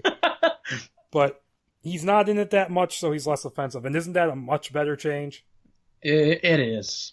I mean, without a doubt. And also, to get the page count down, they have, like, the elevator scene happens, and immediately after that, Lexiac 6 Doomsday on. Oh, no. So it condenses everything down. But okay, so basically, Clark is turning in his registration at the Daily, his resignation at the Daily Plan, is he's going to go away for a while. And Denise is like, Clark, you were going to take us to the zoo, because Denise really likes Clark, because she thinks he's cool. Because the vending machine stole her money, and he got the soda out anyways. I like her. She's a legitimate little kid character. Yeah, she is. She's not annoying at all. Yeah, she's fun. And so he's like, okay, I'll take you to the zoo. But then they get the report of some kind of disturbance, like a burst water pipe. And so he heads over there to where it is, and he's going down, and he's hearing the noise of this creature, which we're just getting glimpses of in the shadows, which is Doomsday. I have a slight problem with this here, is that we don't get any setup for Doomsday. At all. He's just like, that's it. That's literally the intro. Like, we just send him, like, he just kind of shows up there, and then Lexiac is just kind of like, haha, the kryptonite he's been fed has made him unstoppable. Oh my god. Like, I don't get that at all. And in the rewrite, he says, haha, you're facing Doomsday, a genetic remnant of Krypton, so it's kind of keeping the whole hunter-prey thing, where we find out that Doomsday was originally from Krypton. Dun dun dun. Oh. And so they're fighting in the sewer, and Doomsday is not really described at all in this. Like, in the rewrite, he has glowing green eyes, and here he has a kryptonite stinger. So they're not really committed to doing Doomsday as Doomsday. Yeah, no wonder he didn't have an intro. They were like, oh shit, I forgot to write in Doomsday. And it's like, and if you watch the documentary, like, the artists talk about, like, they were not told to really make comic book Doomsday at all. They were just like, hey, draw monster designs. Jesus. And I guess so that Tim Burton could like one, and he could agree with one on John Peters, and they could workshop to the toy people. So Superman's fighting Doomsday in the sewers, and like, there's this weird bit where Superman gets thrown into a fan, and the fan breaks, and the fan blade like flies and like splits like Doomsday in half, and then forms them back together again. Yeah. Which is kind of a cool idea. But also there's this weird bit where there's like a mother-daughter like truck driving team who are like, we don't need no man. Oh yeah. I don't know why. What happened with that? Yeah, they're driving a truck. It's like a tanker truck full of like jet fuel, and like as like the blade comes up and punches a hole in the ground, it like knocks the truck like it's like hanging on the edge. The fight erupts into the streets. Yeah, and then they get covered in aviation fuel. Doomsday gets covered in the aviation fuel, and like Superman like lights him up with like a sparking cable, and then Doomsday falls into the sewers, and we never see him again. So I guess he died? Maybe. I just assumed that he just like disappeared. At the end, by the time I finished reading it, I was like, oh shit, what about Doomsday? I guess he's just running around, because when I was reading that fight, I just thought that he just left and that there would be like a round 2 or something. But no, Superman dies in Lois's arms, and it is a touching moment. And we get the funeral scene, and Father Dick Donner officiates. Hey, it's him. Lois gives the eulogy. So Lexiac returns to Lex's office and starts ranting about how much he hates Superman because Jor-El preferred him to me. I was his real son. Blah blah blah. Which is, and like I said, not a terrible idea. It works better than I gotta suck energy. He calls all of LexCorp's executives to a meeting, consumes all their energy, and then he has his ship begin to suck all of the energy out of Lex's power plants around the country, which will, once he charges up his ship, he'll use that to destroy the planet in 22 hours, because we need that ticking clock. And okay, so during the funeral, we got a quick shot of, glowing light around Superman's dead face. And so then we find that Kay has somehow transported Superman's body to the fortress and has begun resuscitating him. And we get this really nice flashback to his first meeting with Lois, where they're at a Christmas party and they and they have a dance, and then everything fades out. So that's how and then he wakes up and he wakes up in the fortress, and it's a really nice visual idea. It was kind of a cool scene. Mm-hmm. And the fortress sounds really good. It sounds like this really big room. It's a cool idea. It would have been a great visual. And here's where the other really big difference is so far from... I'll get to the rest of it later. But in the rewrite, when they had to bring the budget down, the fortress is not there. K is just this weird little Rubik's Cube thing that was in the rocket with Clark when he crashed, and so it's in his little secret room. And it turns on after he dies, and then it does the whole resuscitation thing in the tomb. Alright. Which, it's just a shame, because, I like the fortress... Really, here's my thing, and I want to talk about this now. If you want to have a Superman who's not sure of his place in the world, who doesn't know he's an alien, have him find the fortress, have Kay teleport him there after he dies, and so then he builds himself back up from there. That would be a better shift in a rewrite. But okay, so Kay forms a suit, but then Lois visits Clark's apartment and finds the secret room, and here's the scene you hate. She's leaving with some of Clark's items with her. She gets attacked on the street by a mugger, but then Lexiac shows up and foils it and then offers to buy her a drink. So then she refuses, walks off, and we find out the incident was set up by Lexiac. It's just so dumb. Cut that scene. It's not set up at all. Yeah, the mugger just shows up. Lexiac hits him with, I guess, some stun gun of sorts. Yeah. The mugger gets fucked. Lois is like, get out of here. She leaves. Mugger's like, yeah, where's my money? Here's your money. And then Lexiac actually pays him. Yeah, and then Lexiac then turns the stun gun into his own mouth, I think. And it sucks the energy like a lollipop. And I'm like, what the fuck was that about? Why? Now, and I'm guessing it's because Lex is supposed to have, a thing for Lois, I guess, but that's not set up either. And it's not set up to, we copied Lex too well. It's not like the Thing where you get the idea that the Norris thing copied Norris too well, and that's why he has a heart attack. At least I think that's what's going on in that scene. It's just random, and set up a little bit better in the rewrite, because Lexiac is around in the LexCorp Kids Days, except there it's the kids are going to go visit the spaceship. It's Lexiac talking to Lois, and he starts expressing this weird interest in her, saying, you do have a spark, or you do definitely have a certain spark to you, or something like that. So it's set up better, it's still not great. And this scene is only in the script to set up the next nightclub scene. Oh boy. Oh man. Cancel this apocalypse, Idris Elba. And so Kay wants Clark, and he's calling him Kal-El, even though that whole personality thing doesn't happen here. Thank God. Yeah. And he tells him, hey, we gotta flee Earth.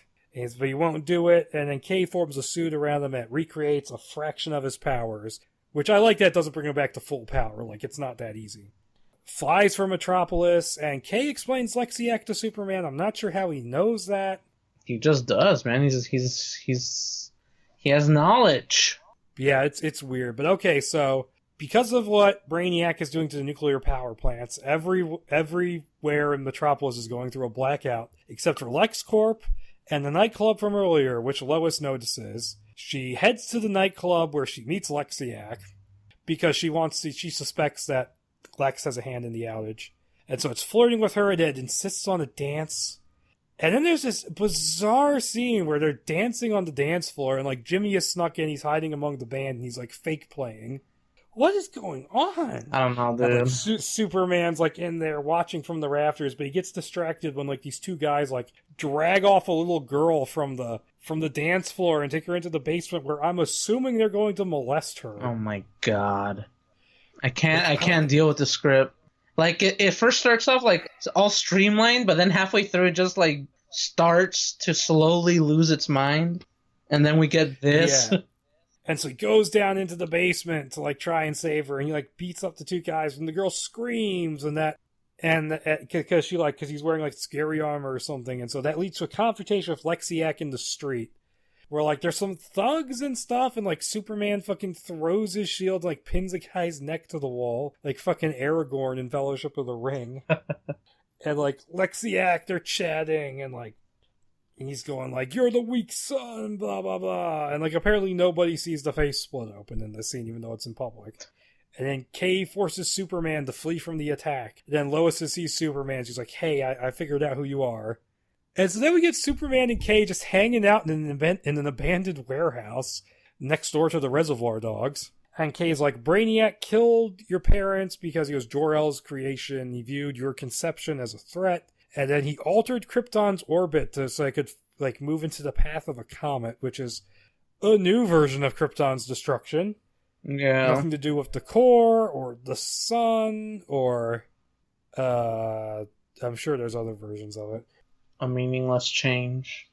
And Superman determines to keep Brainiac from doing the same to Earth. And I kind of like that there's no flashback to Krypton, but at the same time it's like I would rather be shown than told. Yeah.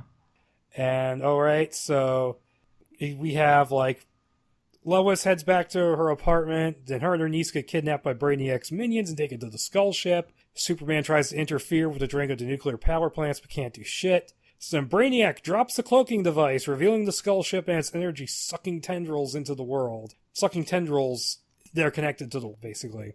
And so Superman heads to Lois's apartment as Clark, and Jimmy tells him what happened, and so he argues with Kay some more. They fly up to the ship in the K craft, which just goes like, Special K. And they're like, it's a spaceship made from the machine, and so Brainiac opens the jaws of the ship and allows them to enter. Last change I want to mention, the whole power plant thing is gone, like I said, and because they had to scale it back, there's basically nothing on the Skull Ship. There's no minions, there's no menagerie. Wow. There's not even a snare beast in that draft because of the budget, and the climax doesn't even take place on the Skull Ship. It takes place on a single floor of LexCorp. So really, that draft, if you kept some of the spectacle moments, fixed a few moments here and there, and kept the streamlining from that version, you'd have a very good script, I think. But okay, so he's in the belly of the ship, and then the snare beast shows up in like less than a page. It's already dealt with. But yeah, so they're in the bowels of the Skull Ship, the snare beast shows up, and it dies in like less than a page. That's it. Yeah, and I guess, I mean, Strick did barely anything with it either, but Dan Gilroy did not give a shit about the snare beast. He's like, fuck it, I'm only putting it in because I have to. And then, randomly out of nowhere, Kay, who's still forming the suit around Superman, it just falls off and dies, and is like, oh no, like, I mean, I've been recharged, and then, like, it, like, projects, like, the spirits of Jor-El and Lara, which would be a touching moment if we had built up to that a little more. And they say, we're proud of you, son, blah, blah, blah. And your powers can return now, because you just have to have faith in yourself. You're Parappa the Rapper, you gotta believe. That's basically it, right? Yeah, that's it. That's really limp. Like, that is limp dick as hell. It's like, oh, Kay dies. Rest in peace, Kay. Again. Yeah, Kay always dies. It's the only way. Oh, okay. So, yeah. Superman makes his way to Brainiac's dining hall, where he's holding Lois and her niece hostage for dinner, and he made them both wear sexy dresses. Christ. Because he wants to bone Lois, and because of the other dress, I guess he wants to bone the niece. No. I don't need to think about that. Maybe in a Batman movie, not a Superman movie. Jeez. Because Batman would fuck up that pedophile. And Superman's fighting Lexiac, and he just rips its head off like that. Like, doesn't even hesitate. Man of Steel Superman coming early. But then the real Lexiac shows up and goes, haha, that was just a double. Shadow clone jutsu, bitch. Come on, man. What the fuck is that nonsense? It's Noob Saibot. It can just make copies of itself. Noob Saibot, who is my favorite Sub-Zero. But okay, so... And they fight the real Lexiac, and they break the window, and the vacuum's coming in, and they're clinging to the hole where the window was. And Lexiac, like, is exposed to some kind of beam, which forcibly separates him from Lex, and then, like, Lois is giving a speech about how I love you, Superman, blah, blah, blah, which allows Superman to prevail. Ooh. And then...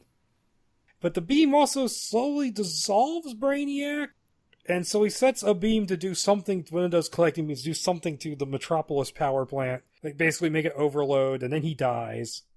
So, Brainiac is dead, Lex is in the thong again, and so Superman, he takes Lois's niece, and Lex Luthor, seals them inside a metal I-beam, and then, like, flies them down to Earth inside it, so they don't all randomly get exposed to vacuum, like in the Strick script. And then... They get down to Earth, it collapses in on itself, and of course it explodes over a city, so a lot of people are dead. Oh, no. But then he flies to the plant, and he saves the day because I was tired when I took these notes, by throwing the reactor rods into the center of the Earth. He finds Lois, they kiss, make up, and the script ends. This is a mixed bag of a script, because it starts off really promising, and it's like, yeah, Lex still isn't great, but we've really streamlined things. But it just goes way too just dumb in a lot of places. And the rewrite from September something of that year. I got the file out, let me check. September 20th of 1998. Definitely scaled things back, and by that point they had been shut down for the budget. So basically what happens is that Tim Burton's still attached. Half the cast hasn't even officially signed on yet. Like, nobody aside from, like, Nick Cage and Jimmy Olsen were official, I don't think. Nick Cage and Chris Rock, I mean. And then in April of that year, they got shut down. The production got shut down because the budget was insane, and Tim Burton left to go do Sleepy Hollow, which was a good move. And so it went on the back burner. And like Peters was still pushing for the project, so I guess that's why Gilroy was still working on it in September of 98. And they were shopping his script around to like a bunch of directors who all said no. And I guess it kind of went into hibernation for a bit, and then later in 1999, William Wisher, who's best known as the co-writer of Terminator 2, he signs on to write it, and Nicolas Cage is kind of come and gone a little bit. Like, he left to go do Snake Eyes, but he was still tentatively attached to play Superman. And he read this script, and he called it, it was darker and more Matrix-like. I don't know about that. And it's titled Superman Lives with an exclamation point. Yeah. It's dated February 3rd, 2000. And there is a bit of a Matrix influence in this script, I won't lie. A little bit. Little bit, especially near the end. But okay, so it opens with, we got a prologue on Krypton. We got the adventures about the Brainiac Protocol runs everything, and it's fighting back against an attempted shutdown, and is destroying the planet, throwing off its orbit to collide with the sun. And so we have King Jor-El orders the people to evacuate. And so he heads to the docks where his family's waiting, and we see Brainiac forming his body, which is like a humanoid body this time, so we're done with Spider Brainiac. And so he pursues them. Lara gets killed by falling debris, which I thought was kind of funny. Yeah, it's just like, I was like, oh, okay. And so Lara, Jor-El hands baby Kal-El off to a guard to take him to the escape ships, and so Jor-El stays and fights Brainiac to buy time. Brainiac overpowers him, rips the S from his clothing, and then impales him on his own crystal sword, and then the guard gets Kal-El to the ship, but isn't able to go with him like he was supposed to because Brainiac is coming right then and there, so he just launches it. The Brainiac kind of fucks him up, and then Brainiac is like, Kal-El, while looking up at the sky, and then we see Krypton destroyed. Jesus. And thankfully there isn't Lex Luthor going, Adrian! And so we skip ahead in time to Metropolis Central Park, where we see Lex Luthor is set to win the Man of the Year award, and he's planning to announce his new invention, the Lex Link, an implant that allows you to access the internet hands and cable free. Lois and Jimmy are in attendance, but Clark is absent because, as Lois says, Clark is always late. This thing, the Lex Link, what the hell? Lex's plan in this script, right, is give all these people these implants so that he controls all internet access so he can have a monopoly. Lex Luthor wants to conquer the internet. It's easier than conquering the world, I guess. Yes, yeah, I guess. It's Superman 5. Lex breaks the internet. And it turns out it's not even his invention. He stole it off of somebody, which is lame because Lex Luthor is a brilliant inventor in some versions. Not anymore. And he has this girlfriend named Kitty who shows up here and there, whom I don't even mention in most of my notes because she doesn't do anything important until the very end. But so yeah, Lex, once again, kind of sucks. While this is going on, Superman is pursuing a speeding truck, which is rigged to blow up nitroglycerin, and the driver, he's the real inventor of the Lex Link. And he plans to blow up the LexCorp building, and Superman, who, by the way, also got rid of a news helicopter because he's a dick, is like, oh yeah, Lex isn't at LexCorp, he's at the park, and so the guy just to kick Superman out of the car somehow, and then drives off to the park. It's like, nice going, Clark. You dummy. You've made it worse. Now, I like how the costume is described as being midnight blue and crimson. Bit of a different shade of the colors than usual. And so we get back at the park. Lex's demonstration is a disaster. The prototype isn't ready yet, and his attempt to cheat with a hidden cable gets quickly discovered because Kitty fucks it up. And Superman gets the driver out of the truck, tosses it thousands of feet in the air just before it crashes into the crowd. And so Lex is furious. We cut to Brainiac on the Skull Ship, which in this version talks and has AI. It picks up the news footage of Superman, and he realizes it must be the Kryptonian he's looking for because he has the S symbol.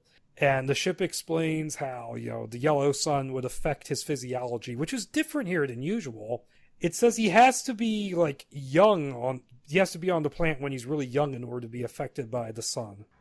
Good luck, General Zod, if you ever show up. Yeah, which is a very strange way to play it. I know why, and we'll get there later. And he says that, Lex, he supplies people their power, so we're still doing that Captain Planet ship, but not as much. And so Brain's like, nice, it would make for a nice dinner. And so he goes to another room where he keeps his alien dog. So John Peters finally got his Chewie. It's just so strange. Especially these alien dogs. I'm like, what? Why would Brainiac need them around? And so Superman and Lois, they have a picnic on top of Mount Rushmore, and they also have sex wrapped in Superman's cape. And Jefferson is like, oh god damn it, I got jizz on my head. Oh no. And she wants more of a commit. And I find it interesting that they've been dating for years. She knows he's Clark. So yeah, that's a good move on the part of this script. She wants more of a commitment, but he's unwilling until he knows more about himself. He wants to find his purpose in the world. Which I like how it's kind of flipped from the Smith draft. It's not a bad idea. Mm-hmm. And so we cut to Lex Luthor, sitting in his hot tub, bitching, which he has multiple scenes just sitting around whining and complaining, which really makes him suck. He might be the worst Lex next to the Strick Draft. Brainiac presents himself before Luthor, and he agrees to trade him kryptonite, which will be able to power and make his machines function, in return for access to his energy grid, and they also plot to destroy Superman for mutual benefit. And so he helps, and so Brainiac brings his favorite pet down from the Skull Ship in Egg, which is basically Doomsday. Fine. And then we get a scene of Clark wandering the streets and feeling lonely, and there's this mysterious scarred man watching him saying, Kal-El, the time is almost here. Who could it be?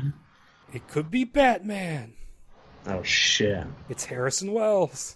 And next day, Lex announces a press conference, which he says is going to be related to Superman. So Perry wants to send Clark, but Lois goes anyway since Clark is always late. Jimmy goes to get Clark from his apartment. He's been trying to get drunk with 2 cases of vodka, which he says, he drinks down the whole bottle. He's drunk for, a minute. Poor Clark. Which is pretty funny. And then he gives him Lex's facts, and he says that, he's made contact with an alien named Brainiac who claims to know Superman's identity, and Clark sends Jimmy off saying he'll follow soon. And I'm like, Brainiac's not messing around in this script. Wow, he's going for the throat. Send them a fax, Luthor.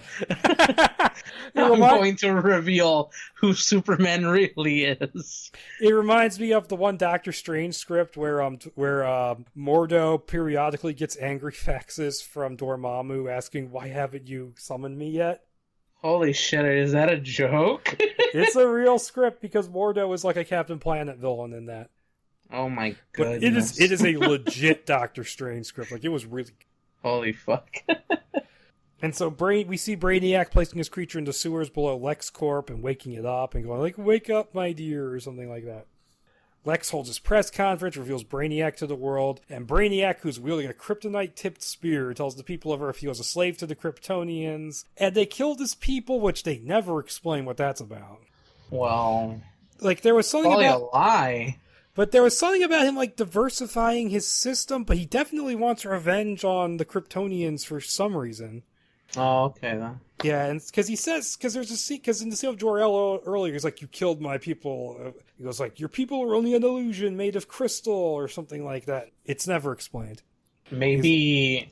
Well, is Krypton still like a? I think isn't it like still like a crystallized type of thing? They didn't describe it. No. Well, okay. Let's just assume it is. Like, there and I guess maybe Brainiac was born from out of some experimentation with those crystals that they use, and I guess since Brainiac's like probably the only one that, you know, like, since he's born from experimentations, assuming that this is all taking place, I guess he just thinks, okay, I'm awake. Oh no, they fucking had to sacrifice all these crystals who are my people. That's why he goes, "It's an illusion, you dumbass." There might have been there might have been a brief description of the lab where Brainiac forms his body. There might have been some description of crystalline something or other, but I can't recall, and I don't care.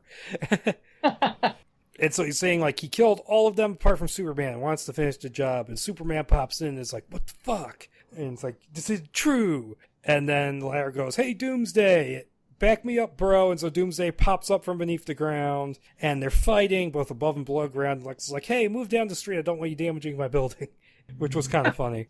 And so Doomsday's like 20 fucking feet tall, apparently. Yeah, and he's like fighting. So there's your BVS Doomsday already. And he eventually impales an I-beam through Doomsday's heart, killing him. And then and he's already severely weakened at this point. And so Brainiac steps in and, like, stabs him in the heart with the kryptonite spear and breaks off the tip in him. And he also pins the Jor-El's S to his chest when he does that. And I'm like, all right, Brainiac, badass. Yeah, that dude wastes no fucking time. That was fucking cool. And then it kind of falls apart from here. Yeah. The citizens of Metropolis hold a funeral for Superman, and Lex speaks with Brainiac, and Brainiac's like, "Okay, I'll leave Earth as soon as the ship is charged." He's like, "Lex, that funeral is an offense to me." And so Lex, he makes a bid for power. He has soldiers that are controlled by the implants. He says, "I'm here now, bitch. This funeral is banned." Yeah, I'm the mayor of Metropolis now. And like, I guess that somehow makes him the king of the city. He's like, "I'm banning AOL. I'm outlawing, like, the Daily Planet." And Perry's like, "You can't outlaw a newspaper." And Lois is like, "He just did." It's so ridiculous. Because as soon as he proclaims all this bullshit, like, all of his minions are just shooting up the city. It's like, why? He doesn't have to do that. And then he wonders later on about some bullshit. Yeah, it's so weird. And, like, the whole, like, faceless, personality-less soldiers that are controlled via the internet. Matrix much? It's definitely a very lame take on a cyberpunk concept. Yeah. And okay, so Lois sneaks back into the cathedral to say goodbye to Clark one last time. She finds his coffin empty, and she sees the scarred man carrying his body away. And she follows him into the sewers, where he enters a Kryptonian spaceship and places Superman into something called the Well. And he's like, "Oh, hey, you're here," and explains that his name is Malar. He is the guard who was assigned to protect baby Kal-El, but he failed.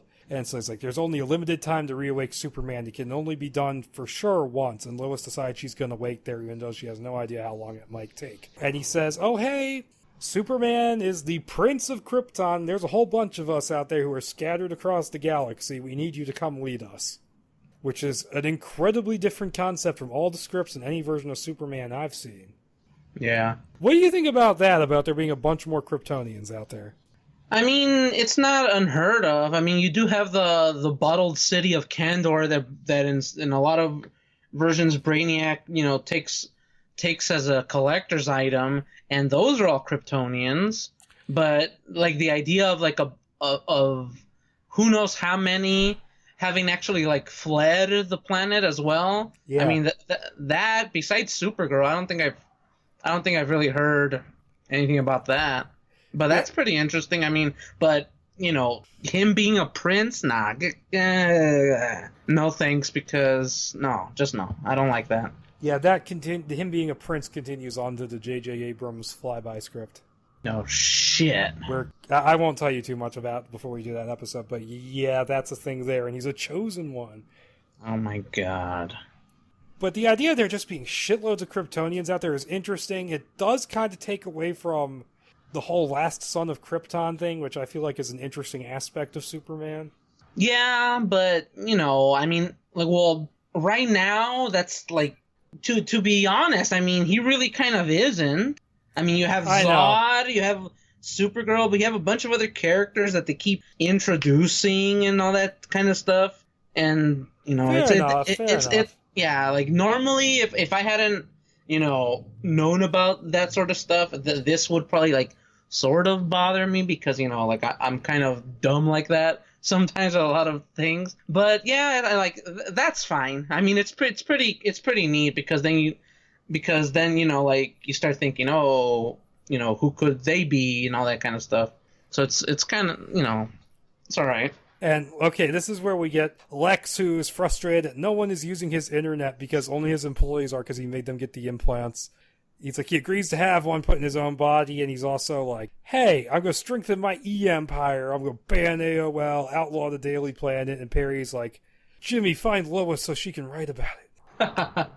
And like, you have a scene where Superman is having his whole life, including his infancy on Krypton, flash before his eyes. And Clark awakens on Malar's ship. And Malar is like, I want you to come away from Earth so you can reunite Krypton. And Clark is like, no, I'm not leaving Earth in the hands of Brainiac. And so Lex, who's watching WWF and whining, sees the power go out and gets word from his technician, whose name is Gerald, that Brainiac has linked the power plants together and that this will, for some reason, cause them to all eventually melt down and destroy the world. So we're doing this shit again. So Lex confronts Brainiac with his implant soldiers, only for Brainiac to take control of the Lex links and make Lex a prisoner.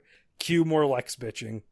Jesus fucking Christ. Lex, like, almost had a cool moment there, and then he gets made a bitch by Brainiac. It's hilarious. So, also, Malar, who has this Kryptonian knight armor, power armor of some kind that enhances strength, he takes it, and he decides he's going to the LexCorp while he waits for his powers to be restored. Lois and Malar discover this and follow him, picking up Jimmy along the way and explaining everything. And so Superman's in the lobby of a building fighting through all these guards. And like, Matrix? And using martial arts and stuff like that. And he asks Lex where Brainiac is, and he gets directions to the roof. Lois, Jimmy, and Malar are cornered by guards who try to kill them, but Malar fights back with Kryptonian martial arts and takes them down. Yeah! Taking guns for himself and Lois. I'm like, yep, more Matrix influence. And so Superman, he fights off and kills two of the alien dogs. He gets to the roof, he swords fights with Brainiac, whose blade is made of kryptonite. And now Lex and Kitty, Lex is like, oh well, this isn't going to be good for me either, so I might as well go turn off the machine. And they go to the kryptonite machine to try and take the kryptonite out, but then one of the alien dogs attacks Lex, and then Kitty breaks off part of the machine and beats the dog away, which stops the machine. And I'm like, guys, you almost had a cool moment with Lex here, him having to, like, reluctantly have to save the world and side with Superman. And then you fucked it up to make his dumbass girlfriend save the world. At least he tried. Poor Superman. And so we're back on the roof, and Superman's almost taken down, and Lois pulls a gun on Brainiac, and, like, there's, like, a standoff. The machine finally turns off, but then the guns, like, no longer work. And then Brainiac goes in for the kill, only for Malar to take the blow, breaking off the kryptonite blade in his body, rendering the sword useless, which was badass. Badass. And then he's his dying breath, he's like, Superman, get over this hate you have in your heart towards Brainiac, which is apparently what's blocking his powers. So Superman's powers come from the Force. And Brainiac grabs Lois, throws her off the building, and Superman jumps after her, and his love for her recharges his powers at the convenient moment. And I'm like, ugh. And so then Superman comes back up and Brainiac's like, the fuck? And then so Superman just starts beating down on him, like, just beating the fuck out of him with the intent to kill. And by the way, for this entire third act, Superman is like, I'm gonna kill Brainiac, and I'm like, people say Man of Steel's bad. He just straight up is like, I'm gonna murder this son of a bitch. And then like Brainiac contacts the Skullship and says, Skullship, do you love me? And it's like, yes. And it's like, come to me then. And so that starts a self-destruct sequence that starts crashing towards Earth, and Superman's like, I don't think so. And then flies Brainiac right up to the ship's deck, blows up at a harmless distance. And they're like, and Lois and Jimmy are like, oh no, Superman. But of course he turns out he's okay. Woo!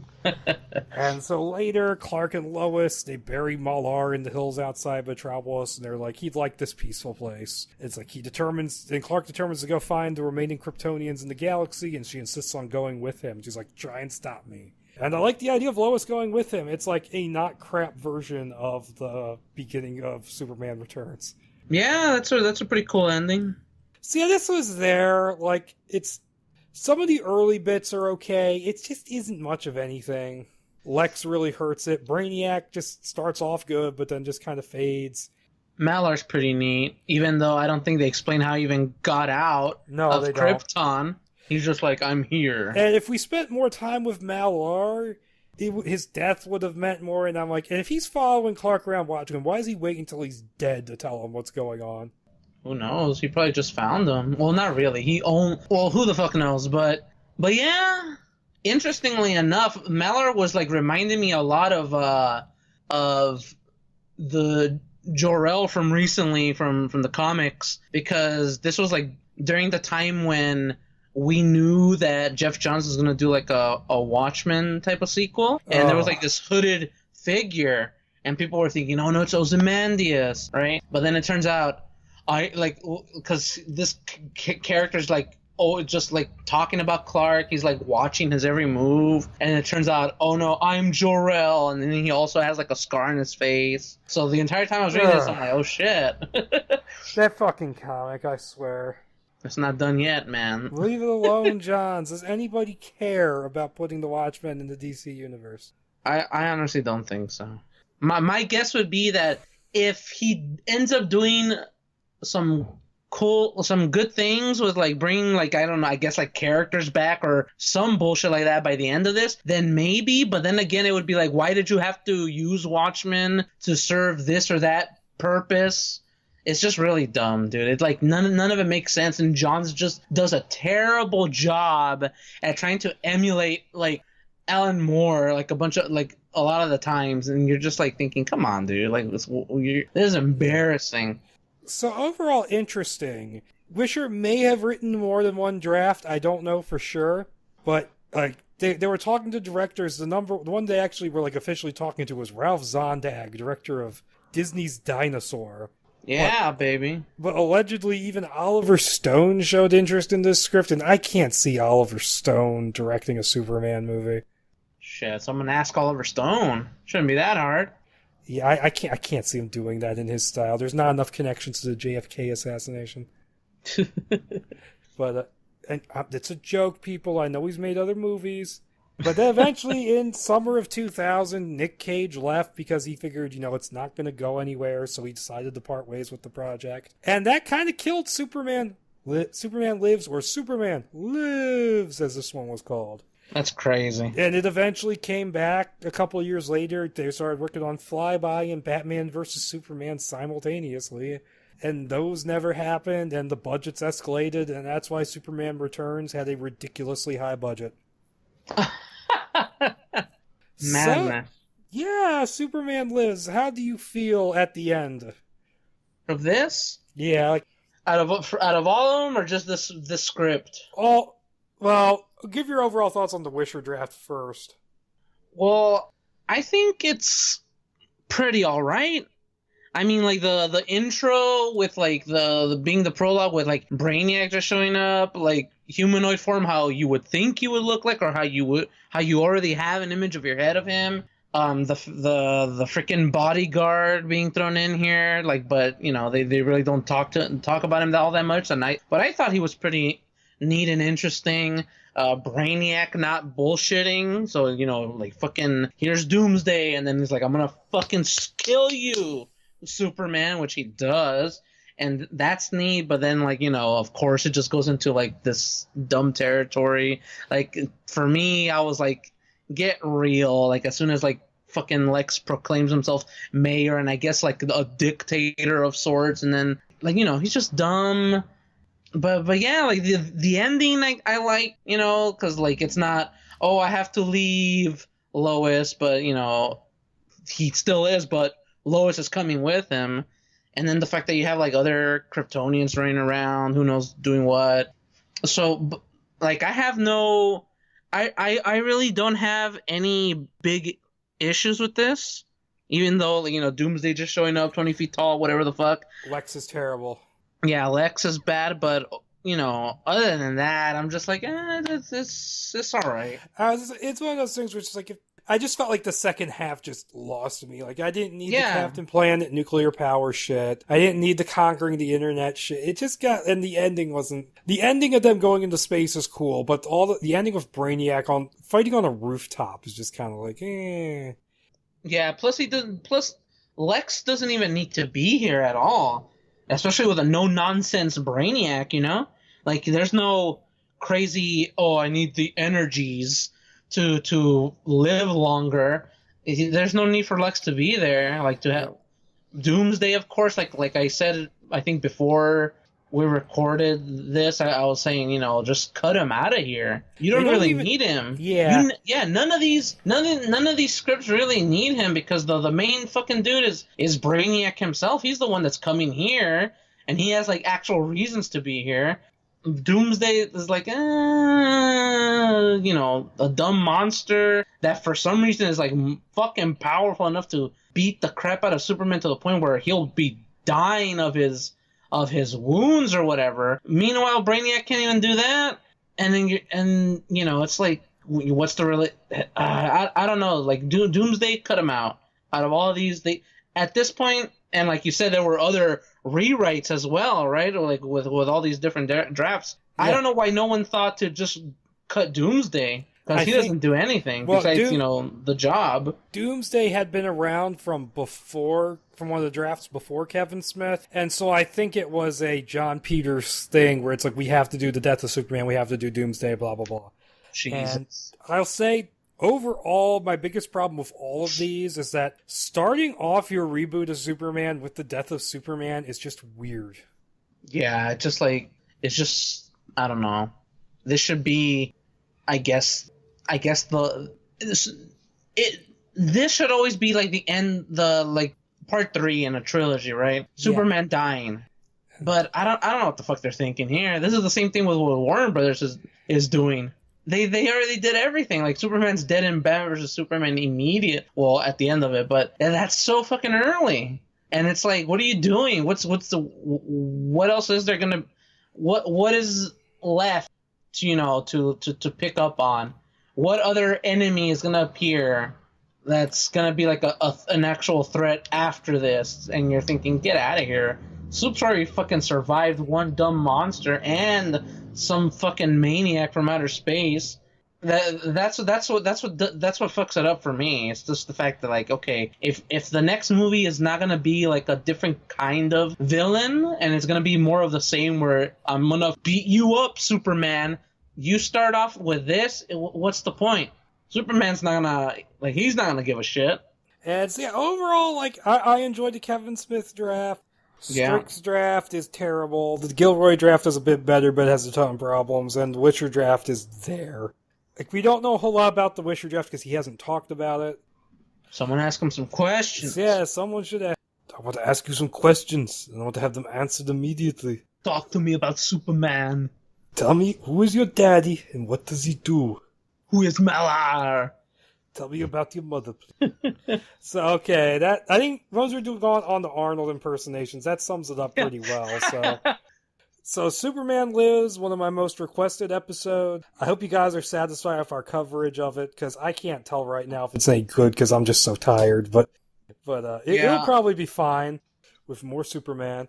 So yeah, I'm gonna sign out, guys. So until next time, bye.